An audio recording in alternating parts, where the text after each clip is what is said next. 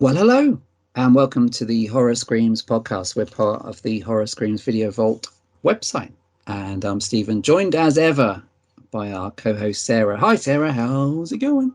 It's going good, thanks. Good to be back. Hey, guess what? What? It's episode 30. 30? God. 30. We should have like a party. We should have like some kind of special guest or something with us. Funny you should mention this. We've got this all planned, right? So we've got we've got loads of guests. We've got Boris Karloff and stuff and things. Jennifer Love Hewitt's popping in later to say hello. Freddie Prinze Jr., horror star of the 90s, star of She's All That. And to start with, we've got the Right Honourable Peter Reginald Beryl Hopkins, OBE. Hi, Pete. Hello, nice to be back on the 30th episode of the Horror Screams podcast. Woohoo! He is back. He's literally back. Yes. And your front. The face that runs the place is back, yes. Ah, and what a face it is. It's like the ones on Mount Rushmore. It's so big and juicy. Oh, sorry, wrong podcast. Full of cracks, falling apart. Yeah, exactly like Mount Rushmore. Yes.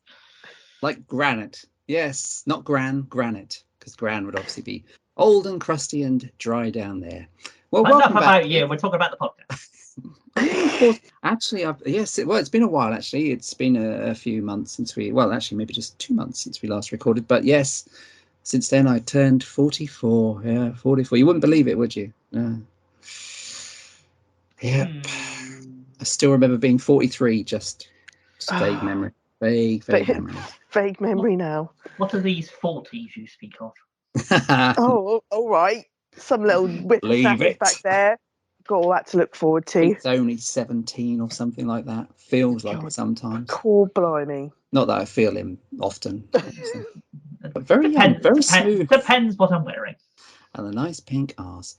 Yes, welcome. Not the pink arse. It's the... Welcome back, Pete. And the sniff of something exciting that got him all involved again was, of course, episode 30, which is very special, not in that way. And also, we're talking about Poltergeist today, the classic, which has turned, also talking of 40s, good link, which is this is depressing, actually. It's 40 years old. This very week that we're recording, Poltergeist was released in US theatres. They call them theatres over there, cinemas to us. And that means Poltergeist is 40 years old, which is ridiculous. Mental. That means it's actually 7 years old. What? Not that one. Get out. Leave it. There is no remake of Poltergeist. We shall not be going down that dark funnel. It doesn't mean the one from 2015. That one, the one with Sam Rockwell. Oh, Sam Cockwell. No, that doesn't exist. I'm glad you brought the remake up. We should talk about that now. That should be the opening point, because I'm sure everybody would be excited to hear about that. Yes, indeed. Yes. Oh, this is a good excuse for Pete to do his Khan impressions. Did you know, Pete, that the Poltergeist, when it opened in America back in June 1982, only entered in a runner-up position because it was beaten by Star Trek II: Wrath of Khan. I can't think how to do my James Khan impression. Not James Khan, Khan as in Khan. Oh, Khan! Yeah. Hey. Whew. It was all worth the build-up, I think, which took 6 years. Yes, Poltergeist is coming this way, and a worthy chattery it is. But first, just before you say about me coming back, I was going to come back for the last episode, which I believe was you lot talking about Rob Zombie's career, but I couldn't sit here and listen to you rabble on your pure hatred for Rob Zombie's Halloween film. So I thought, no, I don't want to listen to that, so I decided to step back. Say what? So really, it's your own fault I didn't come on last episode. You should have stained your hatred back a bit. Sorry, coronary. What? No, that of course is 111. Hang on. You send an ambulance out. Don't worry about that. That's fine. It'll be 17 hours. We're taking the singing route. Although I have to say, I actually, of course, that was all a complete lie. The Rob Zombie Halloween films, I do have a lot of affection for. Not at all. But I have to say, Steve, what's your favourite Rob Zombie Halloween film? Halloween 2. No, that's right. What? You're twisting my words again. I'm not twisting them. I'm just making sure that everybody hears the truth. I do think the truth will set you free. I do think that the Rob Zombie. I've always been a fan of Rob Zombie's films, but I have a feeling so far the Munsters. I'm not sure about that one. We'll wait and see when it comes out. Have you watched any of the trailers for it? Yeah, the trailer is terrible, but I haven't watched it. No, I haven't watched it. I know it's about. It's not really a true. Well, it's only really them just walking on. You know, it's Sherry's Lily, and there's a Hannah Munster. Okay. No, he hasn't got his missus in it. She's playing all the parts. God. She's grandpa. She's Hannah Munster. She's the dog if they had one. I can't remember. Yes, no insult there intended. Yeah, well, maybe it'll be good. I don't know. It's obviously I've said to people I can't see it being too Rob Zombie-ish because the studio owns the studio owns the rights to the Munsters. They wouldn't let him go full on Rob Zombie with it because they're living in a trailer. Lily's a stripper. Yeah, it's an interesting thing. But having said that, of course, obviously he's a fan of the Munsters, which we all are as well. And I would imagine it'll probably be quite affectionate. So and it's going to be PG, you know. So why not? You know, they did a good job in the 90s of the Addams Family, which probably at the time I was like, heresy. And they did a great job with that. But yeah, we'll see. Well, when does the Munsters come out? Is it next year? I don't know, to be honest with you. I've not really done my research. Okay. So whoever's listening to this episode, bear in mind what Stephen just said then about the Munsters. He expect it's going to be really good. Keep that in your mind because we're going to do an episode on the Munsters somewhere along the line, and we'll make sure it's when that film comes out. So Stephen shot himself in the foot already. So it's probably going to be shite. Oh, could have egg on my face. At least I'll say it's egg. I mean, everyone will know what it actually is because weird Dave from down the road pops over. Yes, exactly. That's it. Yeah. So yeah, we'll wait and see. You never know. So excellent. So we'll be going through the old Poltergeist archives. But first, of course, it's the serious business of recently seen. So it's been a little while since the last podcast. We were busy. I was buying new tights. We've been held up a bit, which is why there's been a delay. So since that happened, we've seen a bunch of stuff. Well, a small bunch of stuff, maybe. So we're going to have a little chinwag about that before the old Toby Hooper epic comes in. I've seen a few things. I mean, it's shaping up to be an interesting year for horror. I think it's fair to say. I did watch Firestarter though, to start off on a bum note, which is really boring. I mean, it's a remake, which does have, interestingly, it has a really cool and synthy and fun John Carpenter score. John Carpenter was originally going to do the original Firestarter, but he was sacked because The Thing was such a flop. Yes, that's right. The Thing, no one liked it at the time. No one went to see it. They watched E.T. instead. So the score is really good in Firestarter, but the film is kind of a drag. I mean, it's I quite like the original Firestarter, which I don't think was well reviewed at the time either, but it's good. It's got great actors. It's got Martin Sheen giving it the full sheen. George C. Scott is great and has a ponytail. Drew Barrymore's the little girl in it. So it's actually a really good film. And importantly, and this is maybe the big factor, the original Firestarter has some fantastic full body burns, really great fire stunts and all that kind of stuff. This one has got CGI fire, so nothing looks real. Joy. It's like a fucking cartoon. The kid's really boring. I was slightly depressed that the actually rather wonderful Zac Efron is now playing dads. Since that, when did that happen? Yeah, what the hell? But he's a dad because he's got a beard. Although the very first, I think it's the very first scene with him in is an excuse to get his shirt off. Like, I'm just having a stretch. Just get changed for bed. Oh, so you're quite a fit dad then. Exactly. So that bit's worth watching. There's a couple of good burn just effects. The first scene. Down with that. It's a weird film. It's from Blumhouse. It's one of their offerings. Although it seemed to kind of come out and disappear, and it looks either like it's been cut down from a longer version or being kind of tootled around in post-production, because it kind of ends in like, it was just getting going really. And it's an hour and a half, which although is actually the time I prefer movies to be these days, it's weird. It's kind of unusual for a film to be an hour and a half. Everything seems to be 2 hours at least these days.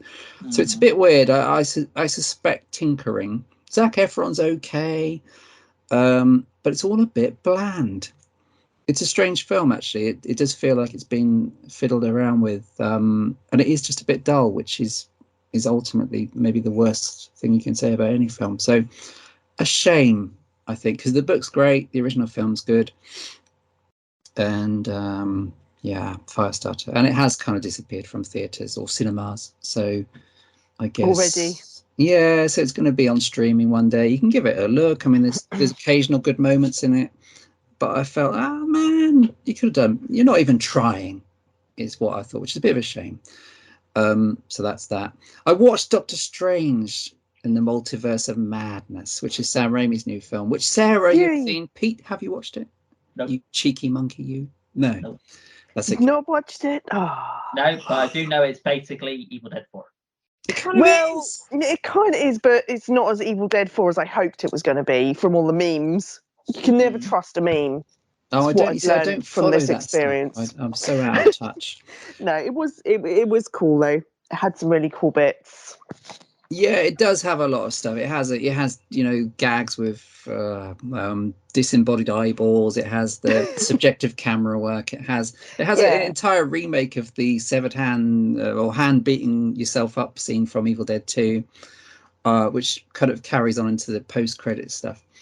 Bruce Campbell obviously pops up, and it's as close as we're ever going to get to a Sam Raimi Marvel film that feels kind of like a new Evil Dead film, Yeah. In the realms of PG-13 or 12 rated Marvel movies, and I'm a fan of the Marvel films. I think they're really clever a lot of the time. It's impressive that they kind of went as dark and gruesome as they possibly could with that rating, and the Marvel stuff. It looked fantastic as well, didn't it? Even like all the action, all the stuff going on. I think it was great. Zombie Doctor Strange was amazing. I loved him. I thought it was a cracking film, and with I've watched all of them, Marvel film, or almost all. I didn't watch the Eternals because it looked a bit boring, but otherwise I've watched all of them, and they do have a great commitment to storytelling. It's not just massive CGI effects, although obviously they're a part of it. There is a lot of humor and a lot of wit and a lot of great performances in this. Elizabeth Olsen, who I've always thought was maybe the kind of the real charm of the Marvel films. She's fantastic as Wanda, and I was a big fan of the WandaVision TV series on Disney Plus. And this new Doctor Strange movie is really about her. It's really about Wanda. Without giving much away, it really becomes her show, and she's outstanding. I mean, she's operating on multiple levels as that character. Of course, old Benedict Cumberbatch is still very good as Doctor Strange, and some surprise guest stars turn up. And yeah, it's great to see Sam Raimi back doing something that kind of feels like where he came from. I think was a big part of why it was so fun, I guess. Yeah. Do you reckon he'll do more? Hopefully, yeah. I mean, he's had a kind of mental career, hasn't he? He's done a whole bunch of different stuff. Be nice to see him do a kind of straight one-off horror film like Drag Me to Hell again, which I thought was great.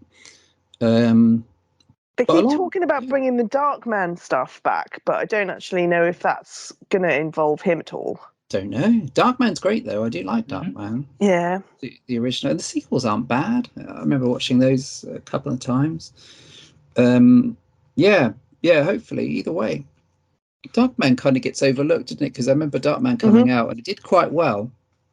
But it came out after Batman and it was maybe too weird to catch on at the time. Darkman nowadays would probably do better.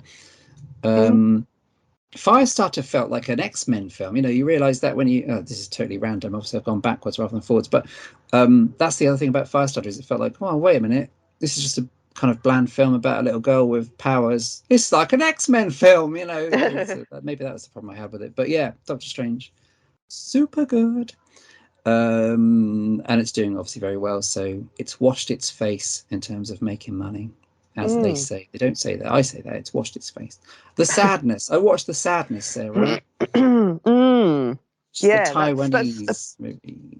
It's a bit of a controversial thing to watch, but it's one that lots of people have stuff to say about. What were your thoughts? I thought it was great fun. I mean, it's there's been so many not quite zombies but infected movies of, you know, and this one I really thought was way ahead of the crowd, and a better film than things like 28 Days Later and stuff. Although I do like 28 Weeks Later, which I thought was always better than the first one. Yeah, I thought it was great. I thought it was cracking fun. It moved. It was. It wasn't afraid to involve in its, you know, timely infection plot. It wasn't afraid to involve grannies or kids. It wasn't afraid to kind of go over whatever line exists these days about what people expect when they watch a horror movie. You know, it has a interesting sequence that is, I suppose, probably made some people go, "Oh, I say, that shouldn't be allowed." Well, don't watch it then. Go away. No, it's good fun. It's really fast paced and quite witty, I thought, as well, in terms of including, obviously, making it relevant to the COVID era with people that deny the stuff that's obviously going on, and quite likable characters. Maybe I seem to remember thinking the first half was possibly stronger than the second, but it still has the energy all the way through and is impressively grim. I think fantastic gore effects, really great stuff you don't see that often done well, like exploding heads, that kind of thing. And I think also as disturbing for the non-gory stuff as anything else. Like there's an amazing scene on the subway where it all goes to hell, but there's a particular character from the subway sequence that is really unsettling. And, he's horrible. And figures in the most disturbing moments. But you know, the virus that happens in the film, which brings out people's worst possible impulses, including, you know, totally crazy misogynists, is very much a part of that character who otherwise, without the virus, is just sitting on the train having lecherous thoughts, but loses his inhibitions and does what he's been wanting to do for a long time once the virus takes over. So yeah, really enjoyed it. What did you think of it? I thought is excellent. I did really enjoy it for those very same reasons, but I also it left a lot of things unanswered. It's like how was the virus transmitted, for starters? Oh, I don't know. Exactly. I like to know stuff like that. I need to have like clear stories of like how it's traveled and what it's doing, and, you know, how people are getting it. How come, you know, so many people got it so quickly on the train, yet that one person didn't? Oh yeah. I like stuff like that to be explained to me. But it was definitely like not afraid to show some absolutely crazy stuff. It is quite shocking. There's a lot of people that were up in arms that were kind of like, I can't believe they went where they did. But, you know, if you want something to be effective, you kind of have to do that, don't you? I think so. Yeah, I never understand that really. I'm really pleased that a film like this is on I guess Shudder is a mainstream streaming platform. It's out there. Obviously, it wouldn't have happened in the 80s. This kind of film would never have been shown in any. Well, actually, it'd be either banned or heavily censored in the UK at least.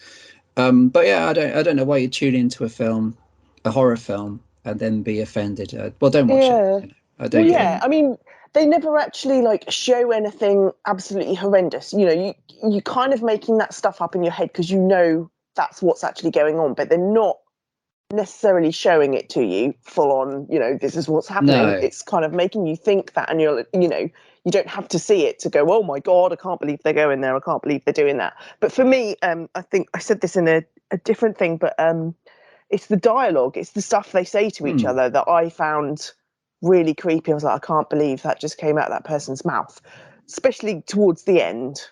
Yeah, absolutely. And that's the whole idea, isn't it? It's the idea that ordinary people that are blatant misogynists that use that kind of language, and they're now exposed because the virus has got them, and they're enacting all of their twisted, deviant fantasies by doing that with that in that particular hole. Exactly. In a way, it's scarier than your average zombies. I think so. Isn't the virus spreading that by blood, saliva, ejaculate, that kind of thing? Possibly. Fluids. Possibly. Because it's a flu-like virus. I guess so. Basically, that would kind of make sense. It's a movie that's kind of looked at the pandemic and kind of went, what if the pandemic did do you might suspect in an apocalyptic zombie type movie, and acts that quickly. Yeah. That's what I thought. It does that really well, I think. Fair enough. Yeah, it makes sense. It makes it relevant. It's very relevant because it's positioning a society that doesn't trust doctors, or some of society doesn't trust doctors. Some people are saying it's a hoax. It suggests impacts of things like lockdowns as well, and the country, the economic impact. There's talk of recessions and things. People at their lowest ebb.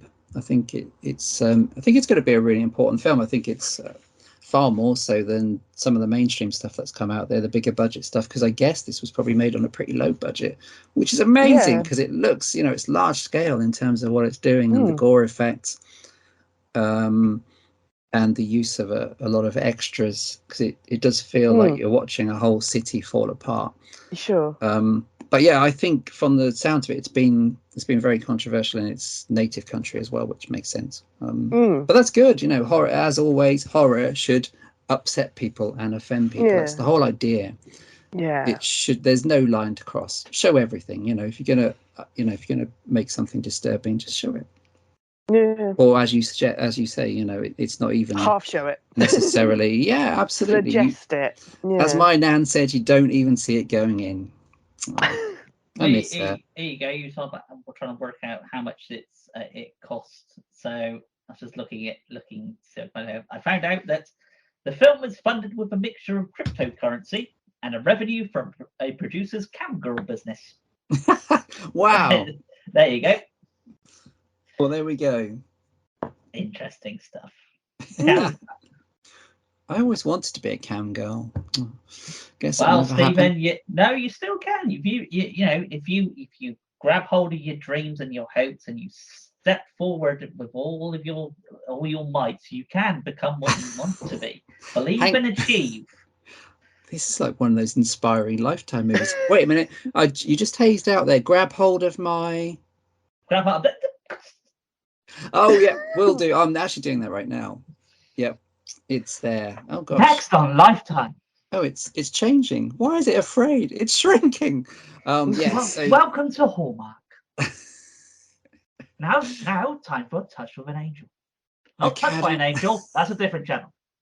I love those. I fall for those really sentimental. Academy Award winner Hope Blanche. Her son was dying, and his heart medicine was out. Oh, I missed those. I need to watch more of those. Yeah, the sound is really recommended. Basically, the Hallmark Channel films basically are a lot of them. We have this script. If you could just change the name of the characters and possibly location, and then we can shoot it again with different actors, or potentially, because we have them under contract, the same actors, we can do this film all over again and just market it and make it look different. It's a Christmas film now, not an Easter one, completely different. You've just put an Easter bunny decoration in the background, haven't you? He doesn't have a brain, Jimmy. He has a heart tumor. Oh wow, this is.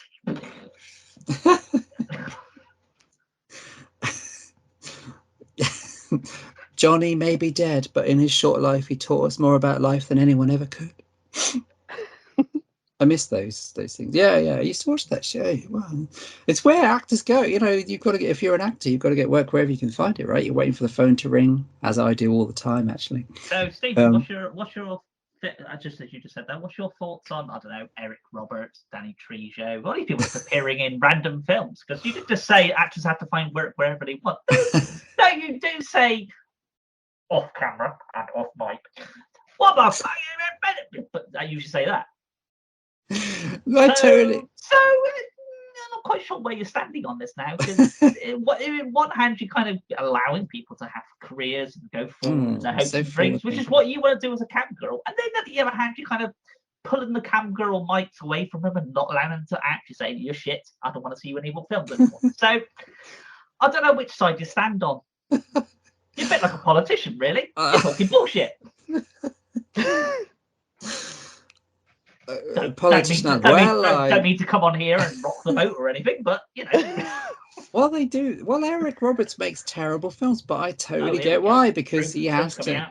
He has to make a living, and it makes sense, doesn't it? I know this is obviously a little different because he's come out not in that way. He's not one of them.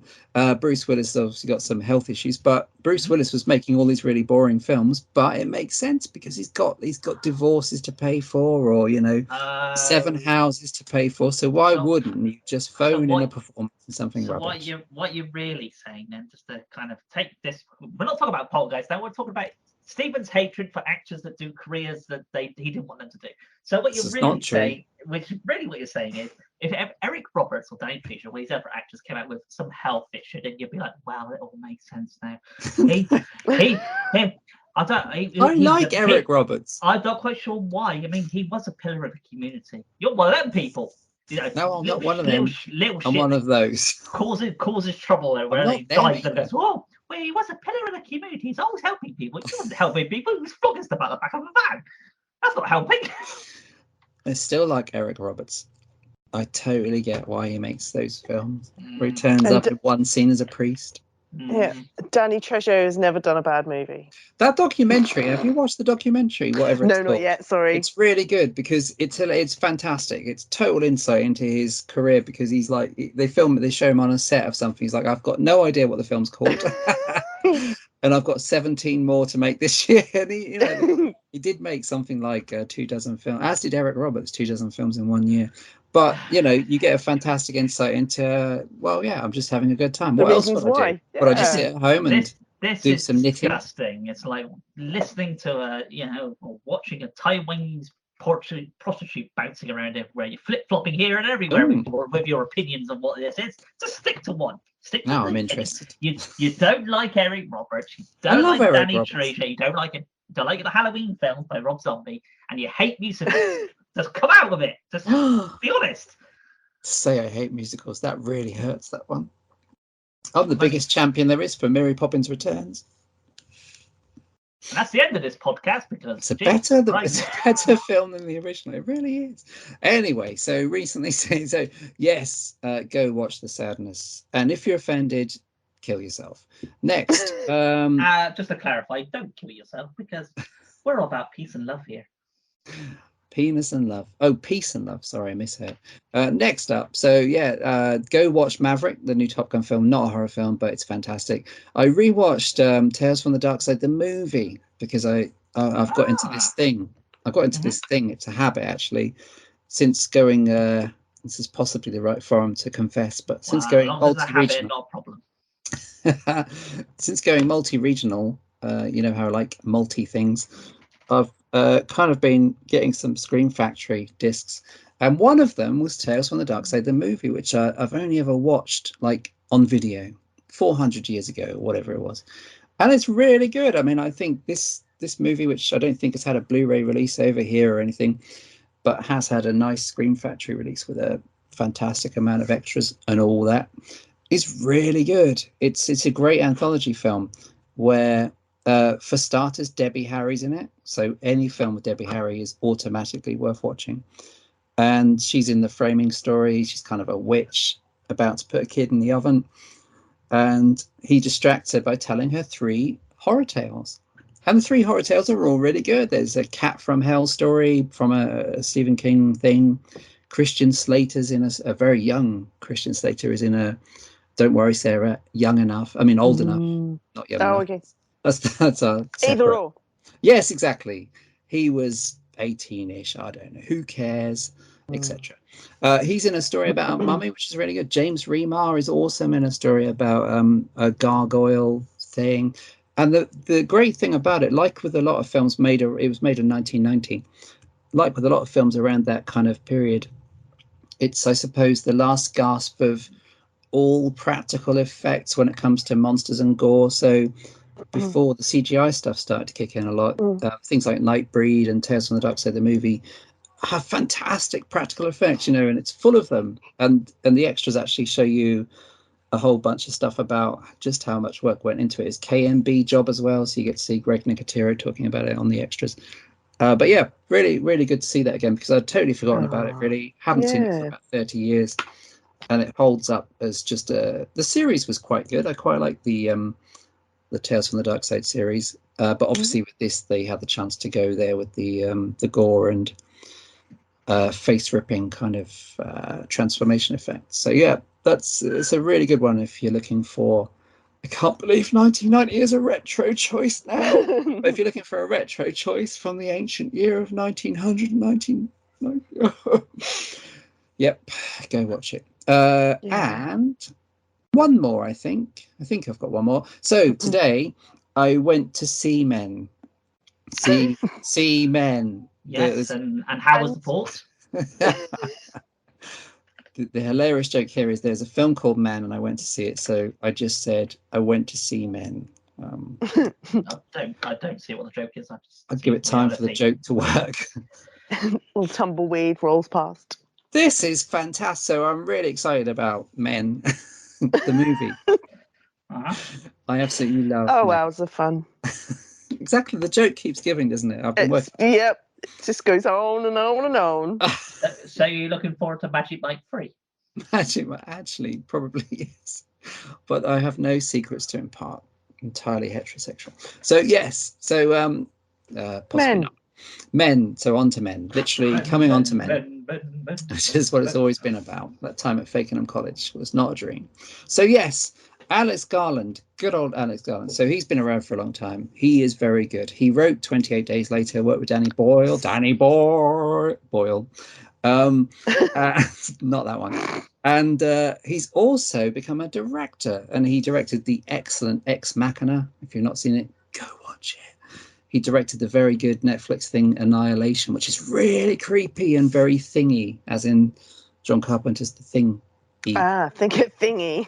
And Natalie Portman's in it, being very good, as she was when it wasn't a Star Wars film. So his new film is called Men, which is why we did all the semen jokes, which is a low point to go, but we had to. Was it hard to swallow? It was very hard, yeah, and very salty. But this film is full of spunk, as in energy.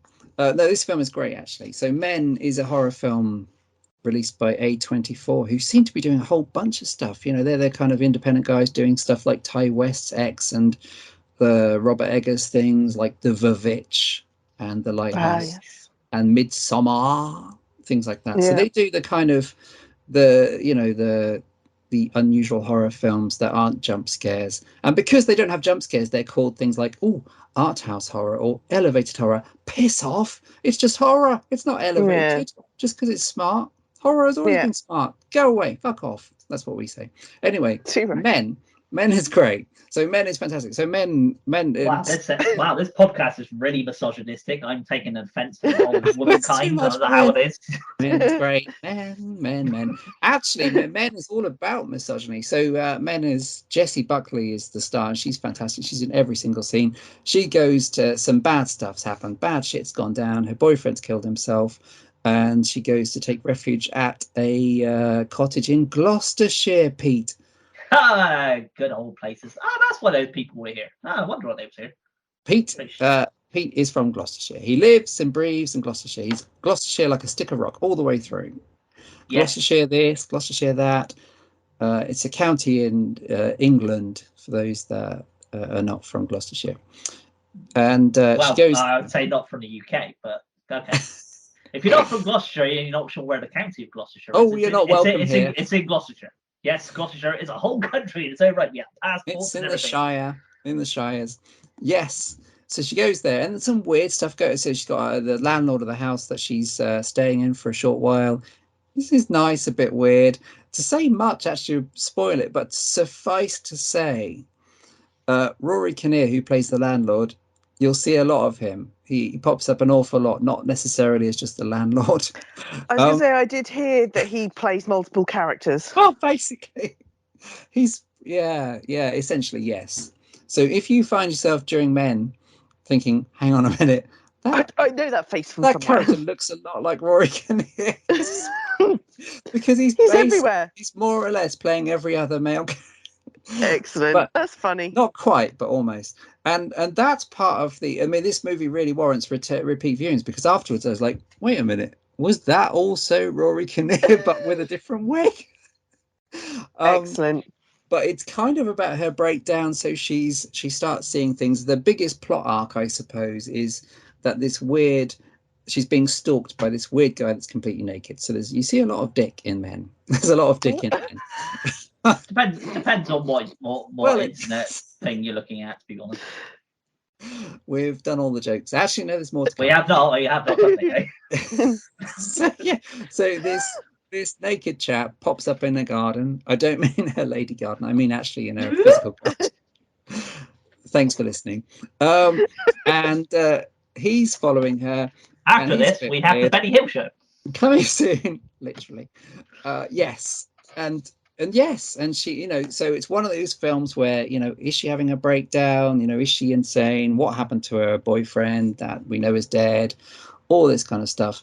And in the last 20 or so minutes, you think, what the actual fuck? Because it goes to an extreme, I guess, especially for a film that is 15, but in the 80s would have been like, oh, it would have been a handbag clutching, oh my gosh kind of film. Yes, it really goes to interesting places in the last kind of 20 minutes, and it does make sense. But this is totally a film where I can imagine an audience going in to see a horror film, conventional kind of Annabelle comes home, Annabelle's back, Annabelle's a bit of a fucker, would come away going, that's a bit of shit. But actually, it does kind of make sense if you think about it. So you do have to give it a bit of thought. Well, it is an art house horror, so what do you expect? No, it's not. No, it's not. It's just a good horror film. It's an elevated art house horror film. It's leave it. Don't start. Wait till your father gets home. Not again. Exactly. I'll just get my belt off. So yeah, no, it's fantastic. But the last 20 minutes are balls to the wall, kind of Takeshi Miike. Oh my God, what's that coming out of there? Bonkers. Craziness, but it's fantastic. It really is good. Jesse Buckley's amazing, and as we mentioned, he is extraordinary because he's almost literally everywhere. Is that? No, that can't be. Really? Oh, brilliant. That sounds awesome.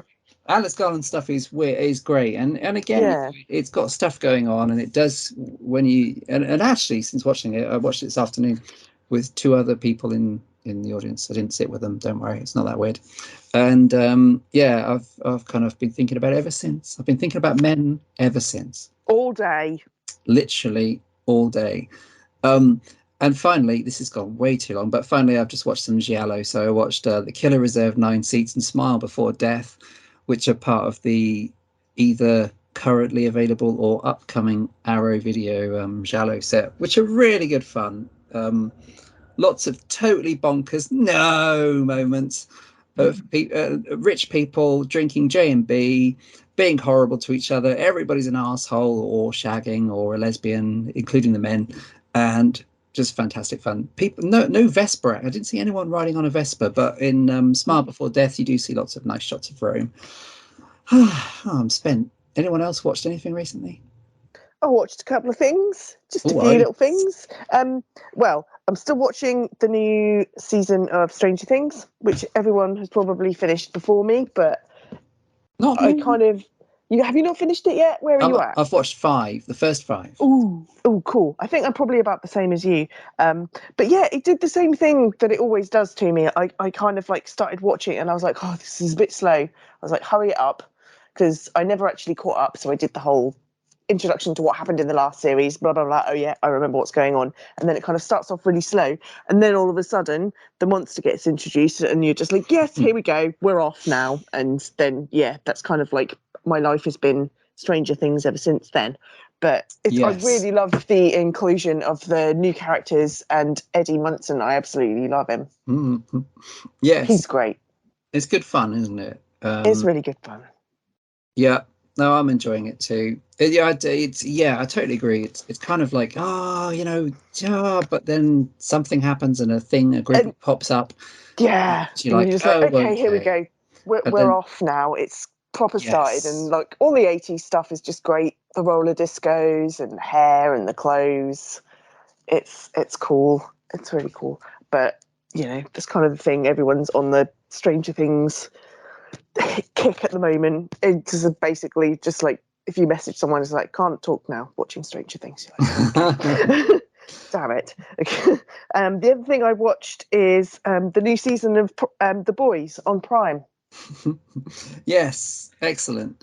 Wow. Stephen's after older P when you're chasing after younger ones. I don't know what this podcast is turning into. Boys and men. I absolutely love what we should call Boys. this episode. Wow, boys to men. Boys to men is back. Great. We're going to have to change the title of the episode from Poltergeist to just Boys and Men. Boys and Men. But yeah, it's great when stuff like that comes back. But once again, you watch it way too quickly. I've blitzed the first 3 episodes already. I think the 4th episode's out today. Oh yeah, I've only watched the first one, which was fun. Yes, yeah.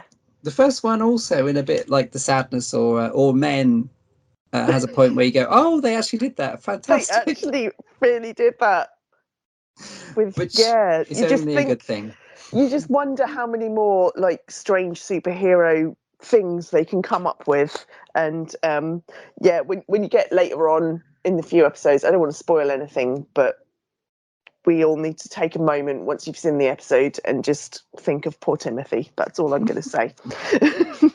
It's great. I like to think, I don't know if this is true, obviously, but I like to think that they've pretty much, because I know a couple of people that have read the comic books and said, oh yeah, that image was in, episode Throngy Bongy or whatever, issue number, whatever. But I like to think they've got reasonably free reign to do almost what they want. I'm guessing there is some restrictions. Yeah, I don't know. I mean, I don't really know the comics. Yeah, I don't know the comics. But I just like the way it's been gone for a long time, possibly not as long as Stranger Things, but it's still been gone for a long time. But this one, you don't have to recap or build up or anything. It just goes straight into it. And you're just like, yeah, we're back. Yeah, for sure. Straight on it. Just gore, blood, guts, and the gore's really good. Thrown around. It's brilliant, isn't it? Yeah, it's always really shocking as well. You never expect it to happen, and then all of a sudden, like someone next to them will just explode for no reason. Yeah, like the ending of series 1 of episode 1 with the jaw and the jaw. Yeah, and basically how the season ended last time with the heads popping everywhere. Yes, and do you know what about the boy? Wait a minute, let me just think. I don't want to have a dementia moment. Anthony Starr. Yes. Anthony Starr, who was fantastic in Banshee. Love him. I actually the best thing I think about The Boys, as much as I enjoy, what's his name, Carl Urban. Carl Urban. As much as I enjoy him, who's fantastic, but Anthony Starr, especially in I think season 2, where you realise, wow, this character is so really complex. It's fucked up. He's really demented, but you kind of get it, and there's so much going on with that character. He plays it brilliantly. I think he is the true shining star of the literally star, because his name is Star. He is the kind of gem of that series, if there is one to single out, because they're all quite good. But yeah, he's fantastic as Homelander. He's an extraordinarily disturbing character. Yeah, really creepy.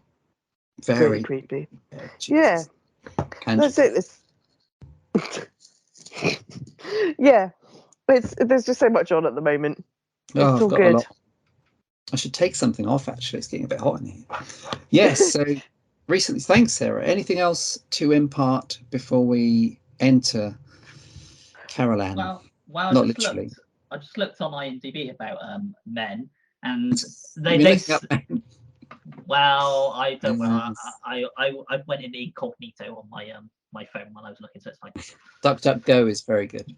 That Rory Kinnear, they sensibly on IMDb have only listed him as one person. Jeff. Is it Jeff? Yeah. Yeah.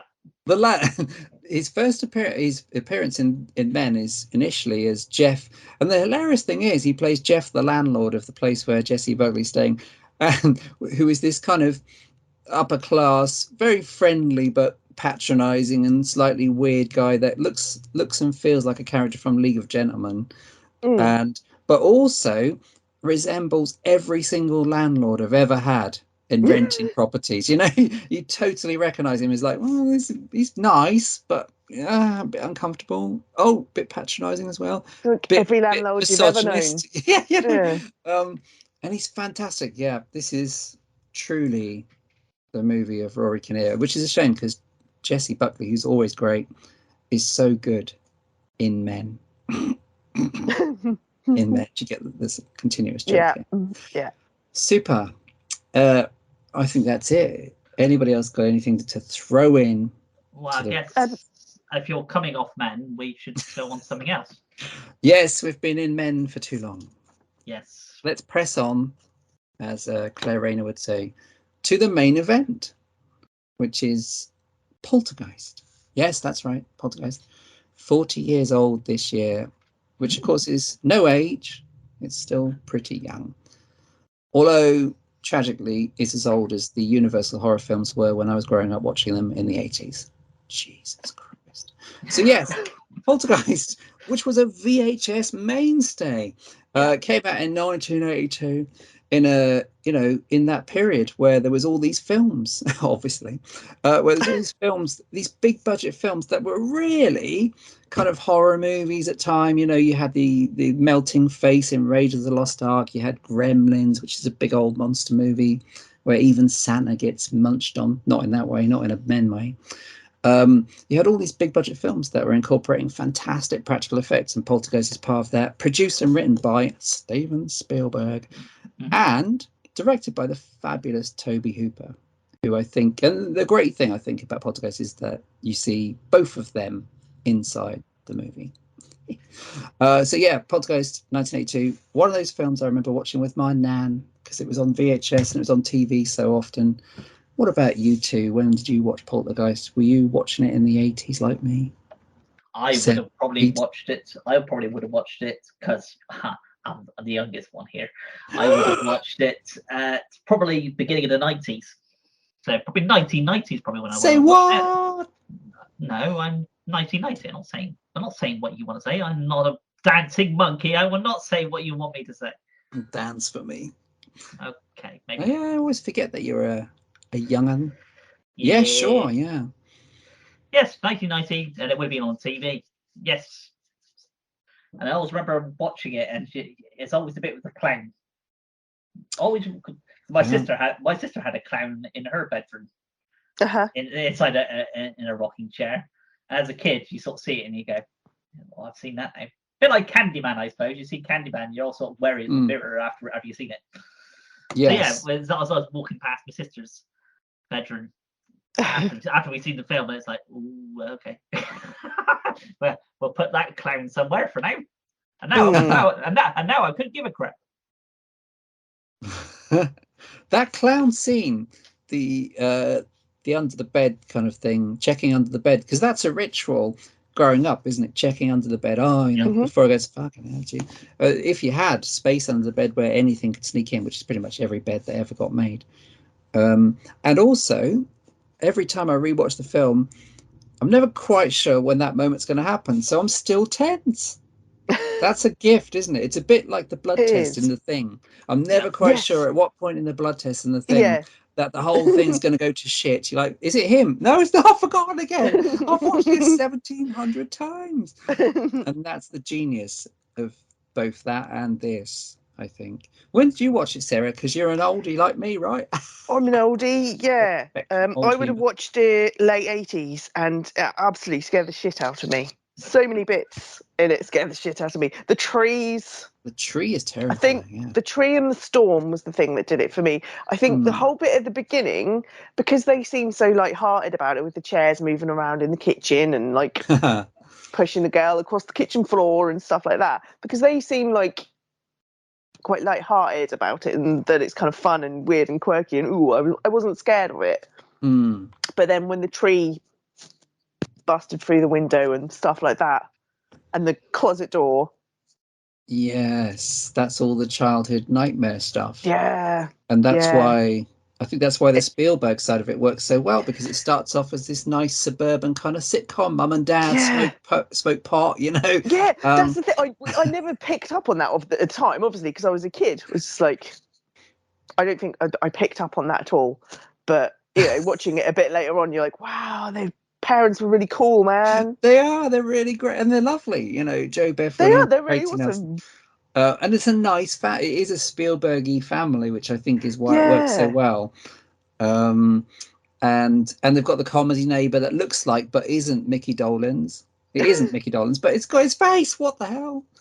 With the remote control gag, they've got the same remotes or something, and they're changing each other's TV, which was always a gag, which is always a thing in the 80s. Like, oh, bloody hell, Jeff's turning the channel. If you had the same make of Bush TV or whatever. Yes, I think that does. No, it did creep me out a lot. But then I was really creeped out by E.T. as well, and that came out the same year. And I think I'm still more scared of E.T. than I am Poltergeist.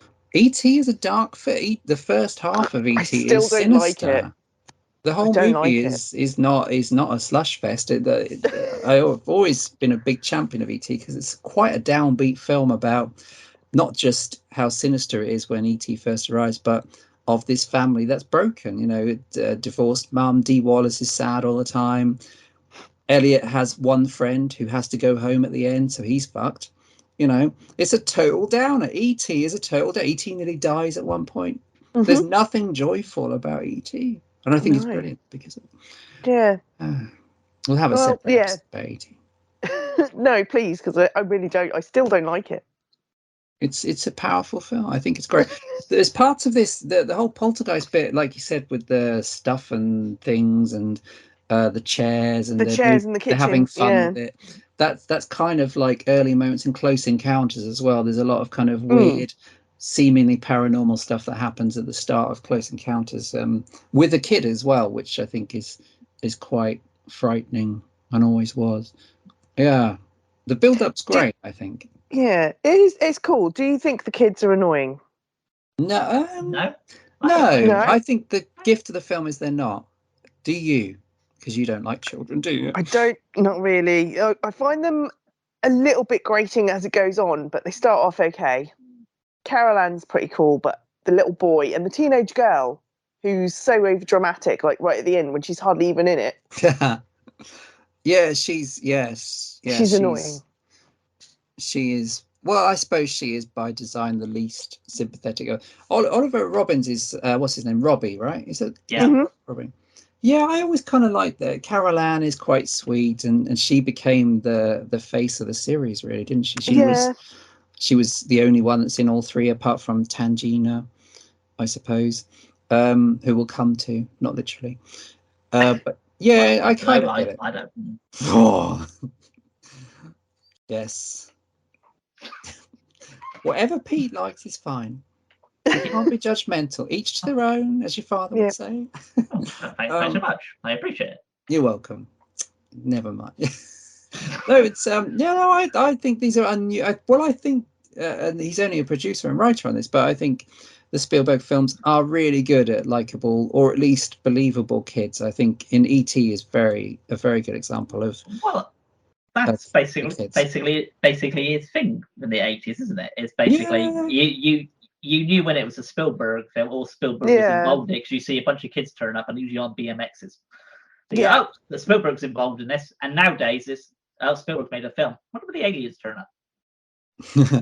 Well, yeah, he had their natural performances. So I suppose whether they're irritating or not, they're kind of natural. You feel like they're the characters, and the same is true of the other Amblin films. The teenager, the girl, I think she's supposed to be irritating because she's a teenager, so she has that kind of cocky. Yeah. I'm gonna do what. She had that bit when she's like, kind of teasing the swimming pool builders, which is kind of like, they're liking me, and then she sort of flips them off. Because they're kind of, I like the attention, but you're not going to get what you want.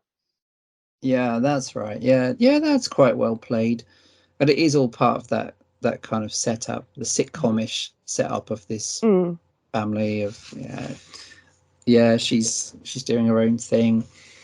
But Carol Ann, that was the thing. It was all about Carol Ann, wasn't it? The endless time. Her name is her name spoken in this film more than any other film's character in history. Probably. Carol Ann. Where's Carol Ann? Carol Ann. We know she's called that because you don't say each other's names in real life that much, you know. But it's Jeff, could you just rub my foot some more? You just say, could you just carry on doing that foot rubbing thing? If you had someone called Jeff that was hired for a pittance to rub your feet on cue, of course, that's not something I can relate to. But yes, Stephen's foot fetish has now come out. I used to never understand the thing with feet, but then I watched some Quentin Tarantino films, and I think I was converted, to Judaism. That's some sexy feet. There's some good feet he picks.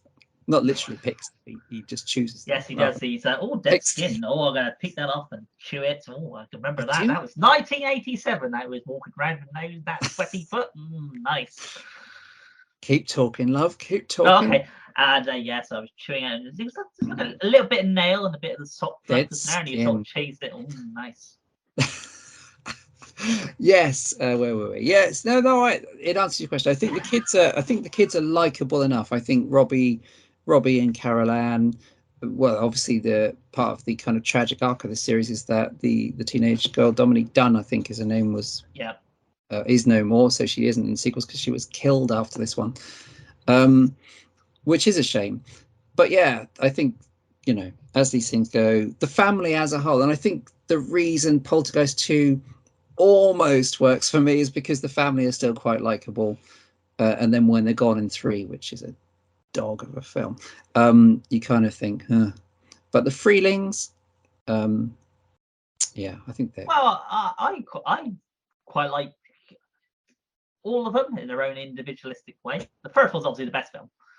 It is by far. So in the first film, the Freeling dad, he's very much like he always take care of his family and he wants to do everything for them. By the time you come to the second one, he's sort of become emancipated by how everything's happened to him. In the first thing, he's obviously not doing what he used to, which was selling houses. He's now fixing up vacuum cleaners. Yeah. He's kind of doing bog standard kind of jobs. So he's not, you know, it won't be the talk of on the playground when the kids got picked up. Oh, your husband sells houses. He fixes vacuum cleaners. So yeah. So he's not making loads of money. They're living in her mum's house, so of course they ain't got that anymore. So he's become more downtrodden in the second film. So as a character arc, it works because then he builds back up again in the second film. Yeah, well, yeah, and the second film, I think the best whole thing with the second film is the bit where he has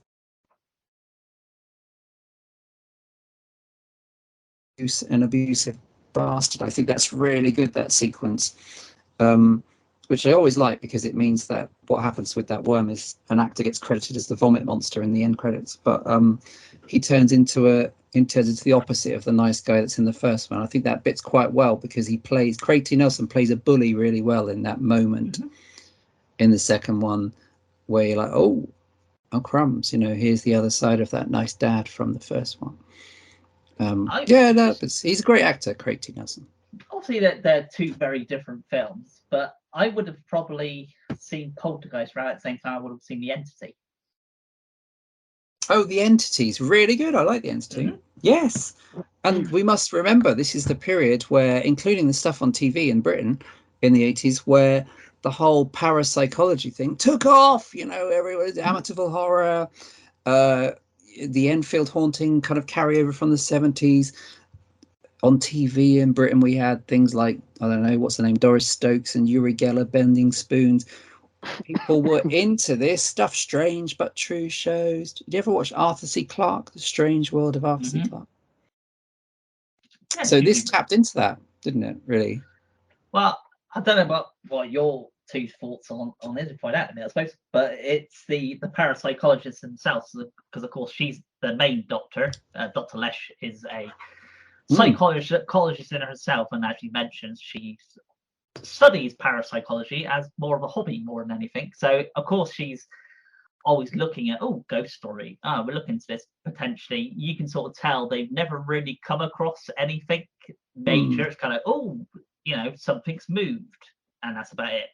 So when you get the bit later on where they see all that stuff moving around in the bedroom, and she's shaking her hand in shock of what she just seen. I like that bit. Yeah. Yeah, I like that bit. Yeah. Like that's probably exactly how somebody would act if they'd seen something She's like great. that. If they actually saw something like that happen, yeah. It's the two bits between her and Diane Freeling, where she's shaking her hand with this cup of tea in her hand, and the mother's kind of like very calm about it. Well, all lights flicking. This shit happens all the time. There'll be two of those in a minute. Just you watch. Yeah. That is a good bit. It's become the norm. Obviously, before all the other stuff that happens later on in the film, but at that time, it's pretty normal now. Yeah, she's great. What's her name? Dr. Lesh? Because it's Beatrice Straight is the actress. Yeah. She's a fantastic actress. I like it. I actually quite like those quiet. There's a whole period in the film. I think when I was little, I say little, I mean kind of 10. It's pretty big. When I was watching this growing up, I know. I think I had a problem with, but nowadays you do have a problem. You're right. I've got several actually. I'll send you the list in the post though, because I want you to wait for it. I actually really like those long whispery scenes with the parapsychologists, including bit. I think those are really well played and really well acted. I think when I was a kid, I was like, come on, get back to car. Stop whispering. The flashy things and the gribblies and stuff. But yeah, I think that stuff is really well played, and I think especially Beatrice Straight as that lady who's visibly shocked, as you say, by what's going down. There's some fantastic moments between those guys. It's a nice mixture, I think, the film. And I think what's different maybe to some big budget equivalents to Poltergeist these days is that it has a great balance of big effects, and at the time and in the 80s, and still I think the effects hold up really well. Big visual effects, but it's not just, there's a lot of character stuff going on. There's a lot of interludes of just dialogue, and it's got real heart. And there's a plot behind it all with James Cameron as the kind of bastard. You moved the tombstones, but not the bodies,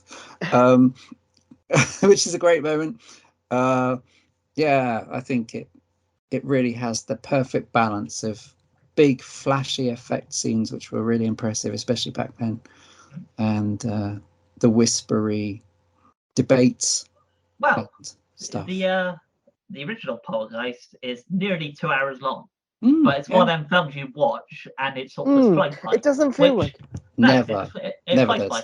I'm sure we'll have a brief mention of the remake in a bit, but in regards to Zool's turned up from Ghostbusters.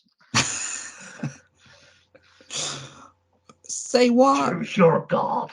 No, it really moves. Yeah, no, it's because there's so much going. Because when you rewatch it, of course, you're looking forward to all the obvious bits, like, oh, I wonder when that steak with the maggots is going to show up. Oh, here it be. That was because I rewatched this again last night, ready for this, and something like popped in my head when I was watching it. It was like, must be a thing in the 80s about food becoming alive by poltergeist, because you got the steak moving around. This is 82. 84, you had Ghostbusters with the eggs popping up in the So I was like, so what's going on in everybody's fridges in America in the 80s? It's something quite not quite right.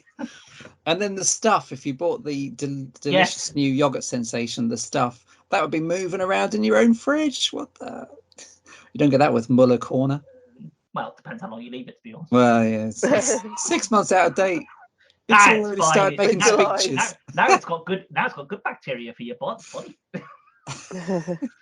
But I think, because you think of casting for films, this is one of the films I think they perfectly cast it. I can't think of anybody that would work in any of the other roles, because like you think of Indiana Jones, but people think of Harrison Ford, because that's who he plays in. But the original person they had in mind was Tom Selleck. Can you imagine Tom Selleck? Yeah. Tom Selleck as Indiana Jones? Yeah, it doesn't really work, does it? Well, no, it's Harrison Ford. This is before Magnum PI days, so yeah. but yeah, so I think this casting in this film actually is perfect, because I've watched it and thought, oh, they should have probably cast that thing as a family unit, and characters bouncing off each other, and actors, they all work perfectly capable. Obviously, in the third film was a whole different matter, but For the first film, it works, and in the second film, as Stephen mentioned, as the whole family unit is not entirely there because of real life things that's happened to the eldest daughter. It still works in the sequel because they still operate as a family. But the only thing that's sort of bugbears to some people would probably be they're like, oh, we got to take the whole family back to can't replace it now, something Verdi or something. But they go back to there and they're like, we're all back as a family unit. You're like, but you're not taking your oldest daughter, are you? You just have to go back as a whole family unit because we're stronger as a family unit, but you got one key person missing. Yeah, it's weird, isn't it? It's a weird series because of what happened in real life. All the films are affected by it. Yeah. Yeah, the replacement of the best thing about Poltergeist 2, or the creepiest thing, is Reverend Kane, and he was dead or dying while he was making it. Yes. Julian Beck, and replaced by a really crap kind of substitute in the third one, who is not scary at all. No, it's the special effects on that guy is oh wait, we're gonna make him look at least a bit like the other one. Do you want that one, or do you want the budget version of what you just said? Well, how much is the budget version? Well, it's like half. Well, actually, it's like 3/4 less than what you want us to pay. Yeah, let's go with that. So it looks. I'm sure it looked fine in the finished film. What the hell is that? Yeah, it's kind of extraordinary. Yeah, I mean, it's just. I mean, obviously, there with the Poltergeist films, as with everything else, like The Omen, The Exorcist, all the usual thing of the Poltergeist curse. Yeah. Rather than the idea that if there are thousands of people making a big budget film, that a few of them might die and it might be tragic. And in this case, one of them was a child, unfortunately. But yeah, it's a series that's kind of a bit depressing. And 3 is depressing partly because you realise she'd already died before they'd actually got a proper ending sorted out. And there's the one really good. Well, actually, there's a few good episodes of the Shudder series Cursed Films. Is about Poltergeist series, and the good thing about the show is it doesn't necessarily say, oh yeah, these films are cursed. It debunks them to some extent while entertaining some of the people involved that think maybe there was something more going on. But the best thing about the Poltergeist episode is it explains how, and kind of just explains why Poltergeist 3 is a bit of a weird film to watch, is that they didn't have an ending. She died. The director was forced, he was going to be booted out. The studio was going to come up with an ending anyway without her and using doubles and things. But the director was dragged back to do an ending he didn't want to do because obviously Heather O'Rourke was dead. Yes. And he wanted to be pretty much wash his hands of the film, which was now a pretty depressing thing to behold, which is why the movie just kind of has that weird ending and doesn't really work anyway. Yeah, it's a series haunted by bad stuff that happened, as bad stuff happens when you've got thousands of people working on a project that takes ages to make. It's pretty depressing. We're all here and we all big fans of special effects in films. Yeah. As Stephen mentioned earlier, some of the CGI in films nowadays doesn't really work. You mentioned Firestarter, the fire sequence. Yeah, it's a shame. Really yeah. There's a reason behind that why they do that now, because it's too much hassle with health and safety and having to do you want to be caught on fire? Well, I mean, depends. got to sign all the short insurance policies and everything. So there's a reason behind it. So I can see why they do it that way now, but it never really looks good, the CGI fire. But you look at the special effects in this film, I don't think they've really aged. You can tell how they you can tell how they were done. But you still look at it and going, wow, that's pretty cool. Because there's a bit where like the ghost children are coming down, like the orbs are coming down the stairwell. Yeah. And in that same scene, they go, "Oh, did you catch that on camera? Can you rewind it?" Yeah. And they have the special effects. Also, they in the film wise, they've already shot that scene and put it all in. But in a sequence of film, it actually works really well because you're kind of like, well, how did they do that then? Because they've obviously shot other scenes before this or after this, then had to come back to this at some point to be able to do the special effects, because they couldn't just show the videotapes being watched by everybody else until they've done the special effects. So which is a clever way of doing it. Yeah, which is which is a preview really of the found footage stuff that came later, where everything is about catching stuff on camera and using it as part of the narrative. Yeah, I think it looks fantastic. I always thought this film had a real sense, not just of terror, but of kind of awe as well. In some of those moments, there is a sense of something else and very powerful at work. And the visual effects are it, but also the practical effects. I mean, I still think it's fantastic. You can obviously see the point where it's a dummy, but the craft, I think, is so impressive. The guy that pulls his own face off in the mirror is one of the great moments of rubbery face removing gore effects of the 80s, and it always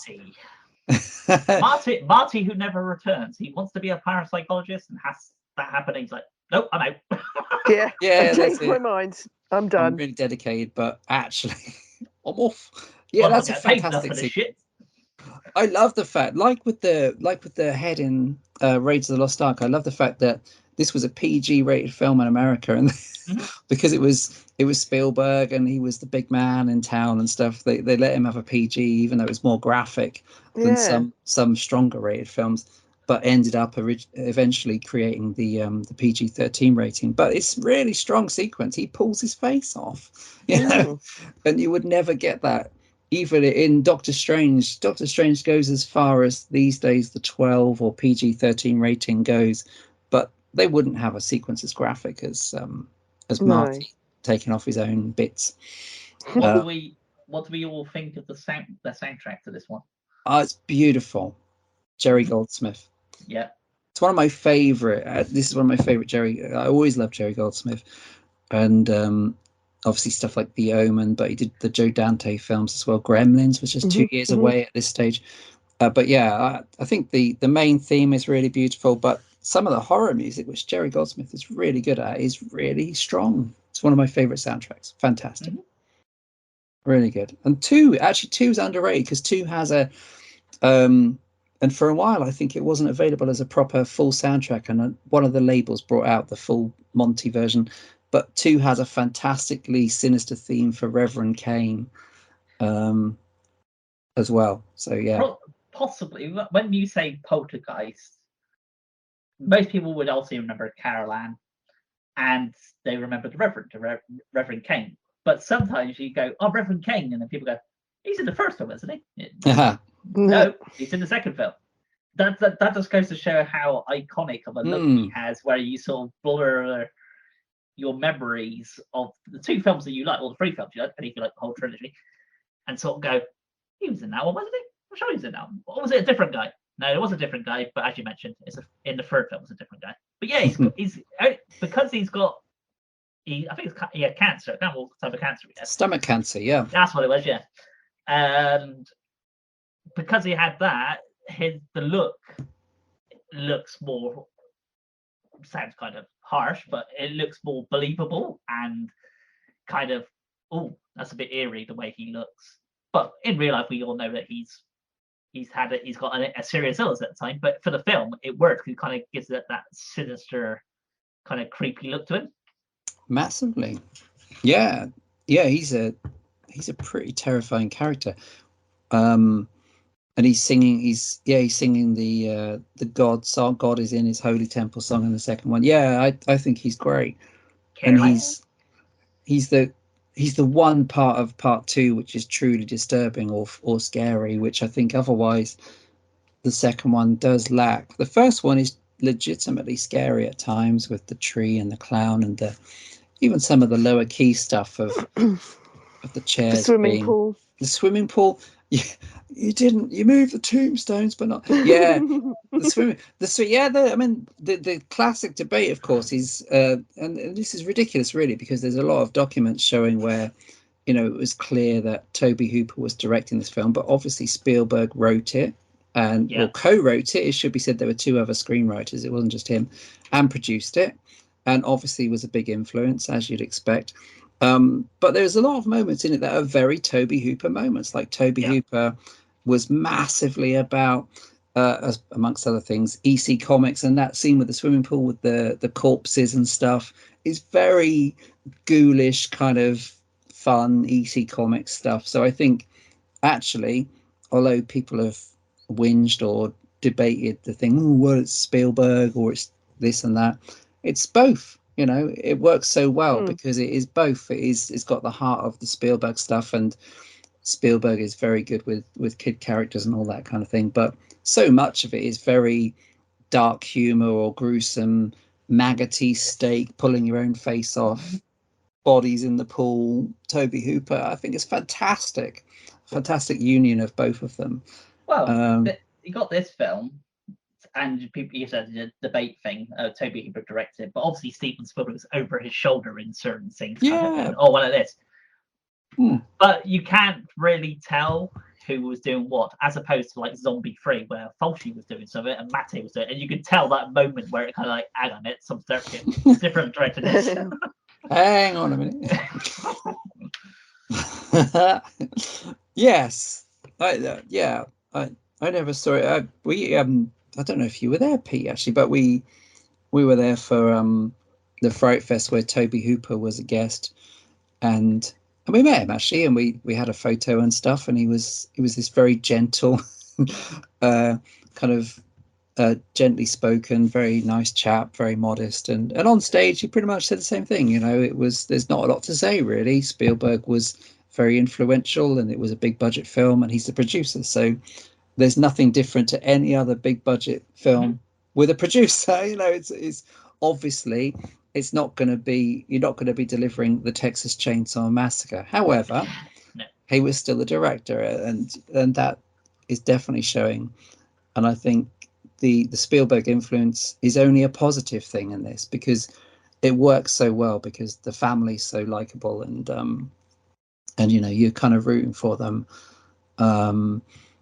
And yeah, it's a mesh of influences anyway. Like there's a big influence from things like 2 Twilight Zone episodes. Actually, there's one called Little Girl Lost, which is a big influence on this film, with the Carol Ann storyline, and It's a Good Life, which was remade in Twilight Zone, the movie, by Joe Dante. So the movie is already a kind of mishmash of influences. Even maybe the whole thing built around the fear of television, even that goes back to things like The Outer Limits, and Videodrome was out that year. So there's a whole bunch of things that are about TV being the bad guy, or TV being a conduit to the other side, which I think was also part of Twilight Zone, when TV was quite a new medium.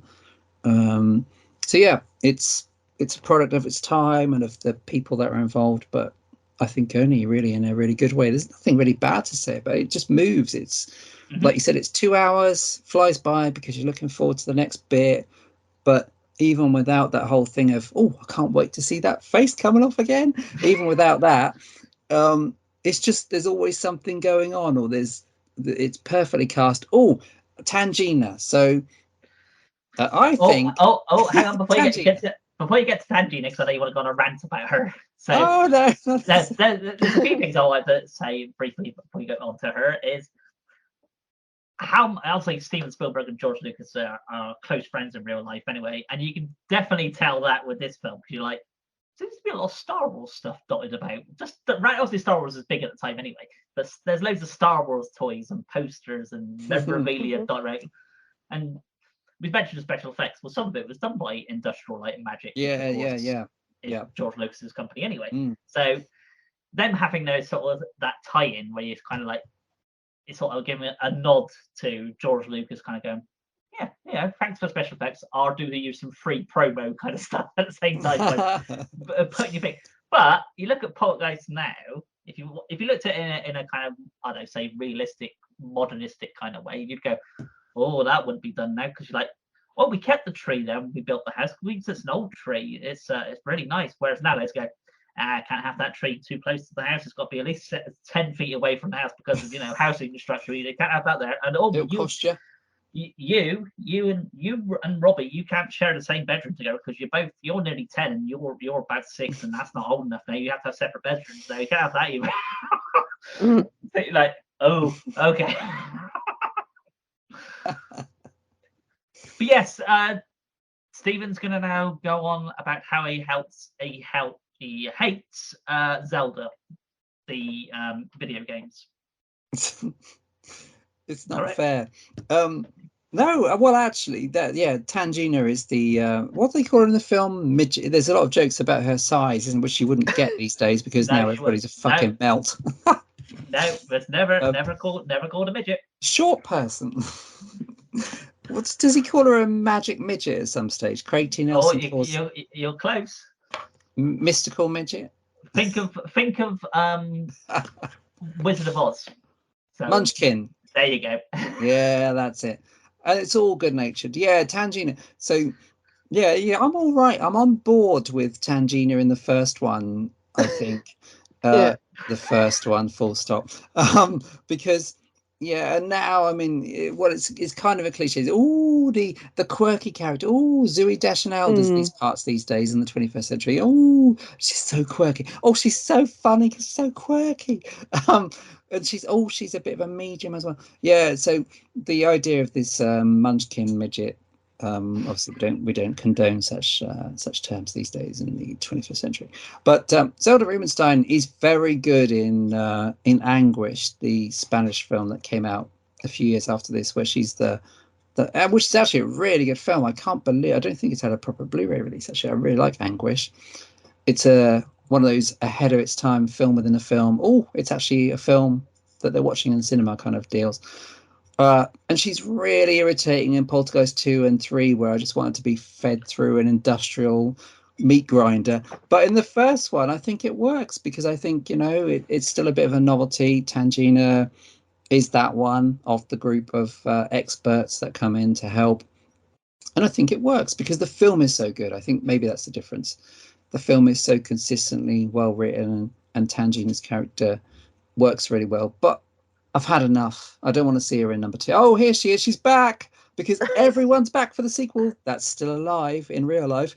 Everyone's back for the sequel. Yep, she's back. And number 3 comes along. Well, a few have died in real life. So let's get Tangina back and shoehorn into this boring plot that really doesn't have anything to do with it. And even Craig T. Nelson and Jo Beth Williams have said no. So, Carol Ann has an uncle. Hello, Tom Skerritt. Oh, hi. I'm just doing this for the money. Oh, yeah. And Tangina's back. And, Heather O'Rourke's dead. Tangina, we need you for the replacement ending with some weird shit involving a Heather O'Rourke stand-in because she's tragically died in real life. So, yeah, I'm on board with Tangina in the original for sure. She's, she balances out the sincerity, heartfelt of, what was her name? Dr. Jizz? Beatrice Straight. What? What was Dr. Leach? Oh, Dr. Leach. Dr. Jizz was the original character. I think you're thinking of Men again. I did see Men. Dr. Jizz. How many Seamen did you see? What they've done is they've How many Seamen can a Seaman see? It's a tongue twister. There's never enough. Tom Selleck was cast as Dr. Jizz in the original cut of Poltergeist. Harrison Ford was considered, but he was busy. He was busy being Indiana Jones. On the cutting room floor, he was. Not that kind of cutting. He was not circumcised. I know. I've seen the pictures. What was my point? Yeah, Tangina. Yeah, Tangina. I think she's. And she pops up, doesn't she? She's in the Leslie Vernon film. She is that character that they called upon in horror movies to provide a kind of eccentric figure. And she was good at that kind of part. That's what I was going to say. As an actor, you would generally tend to get, pigeonholed into a certain role. And she kind of just went, okay, that's fine.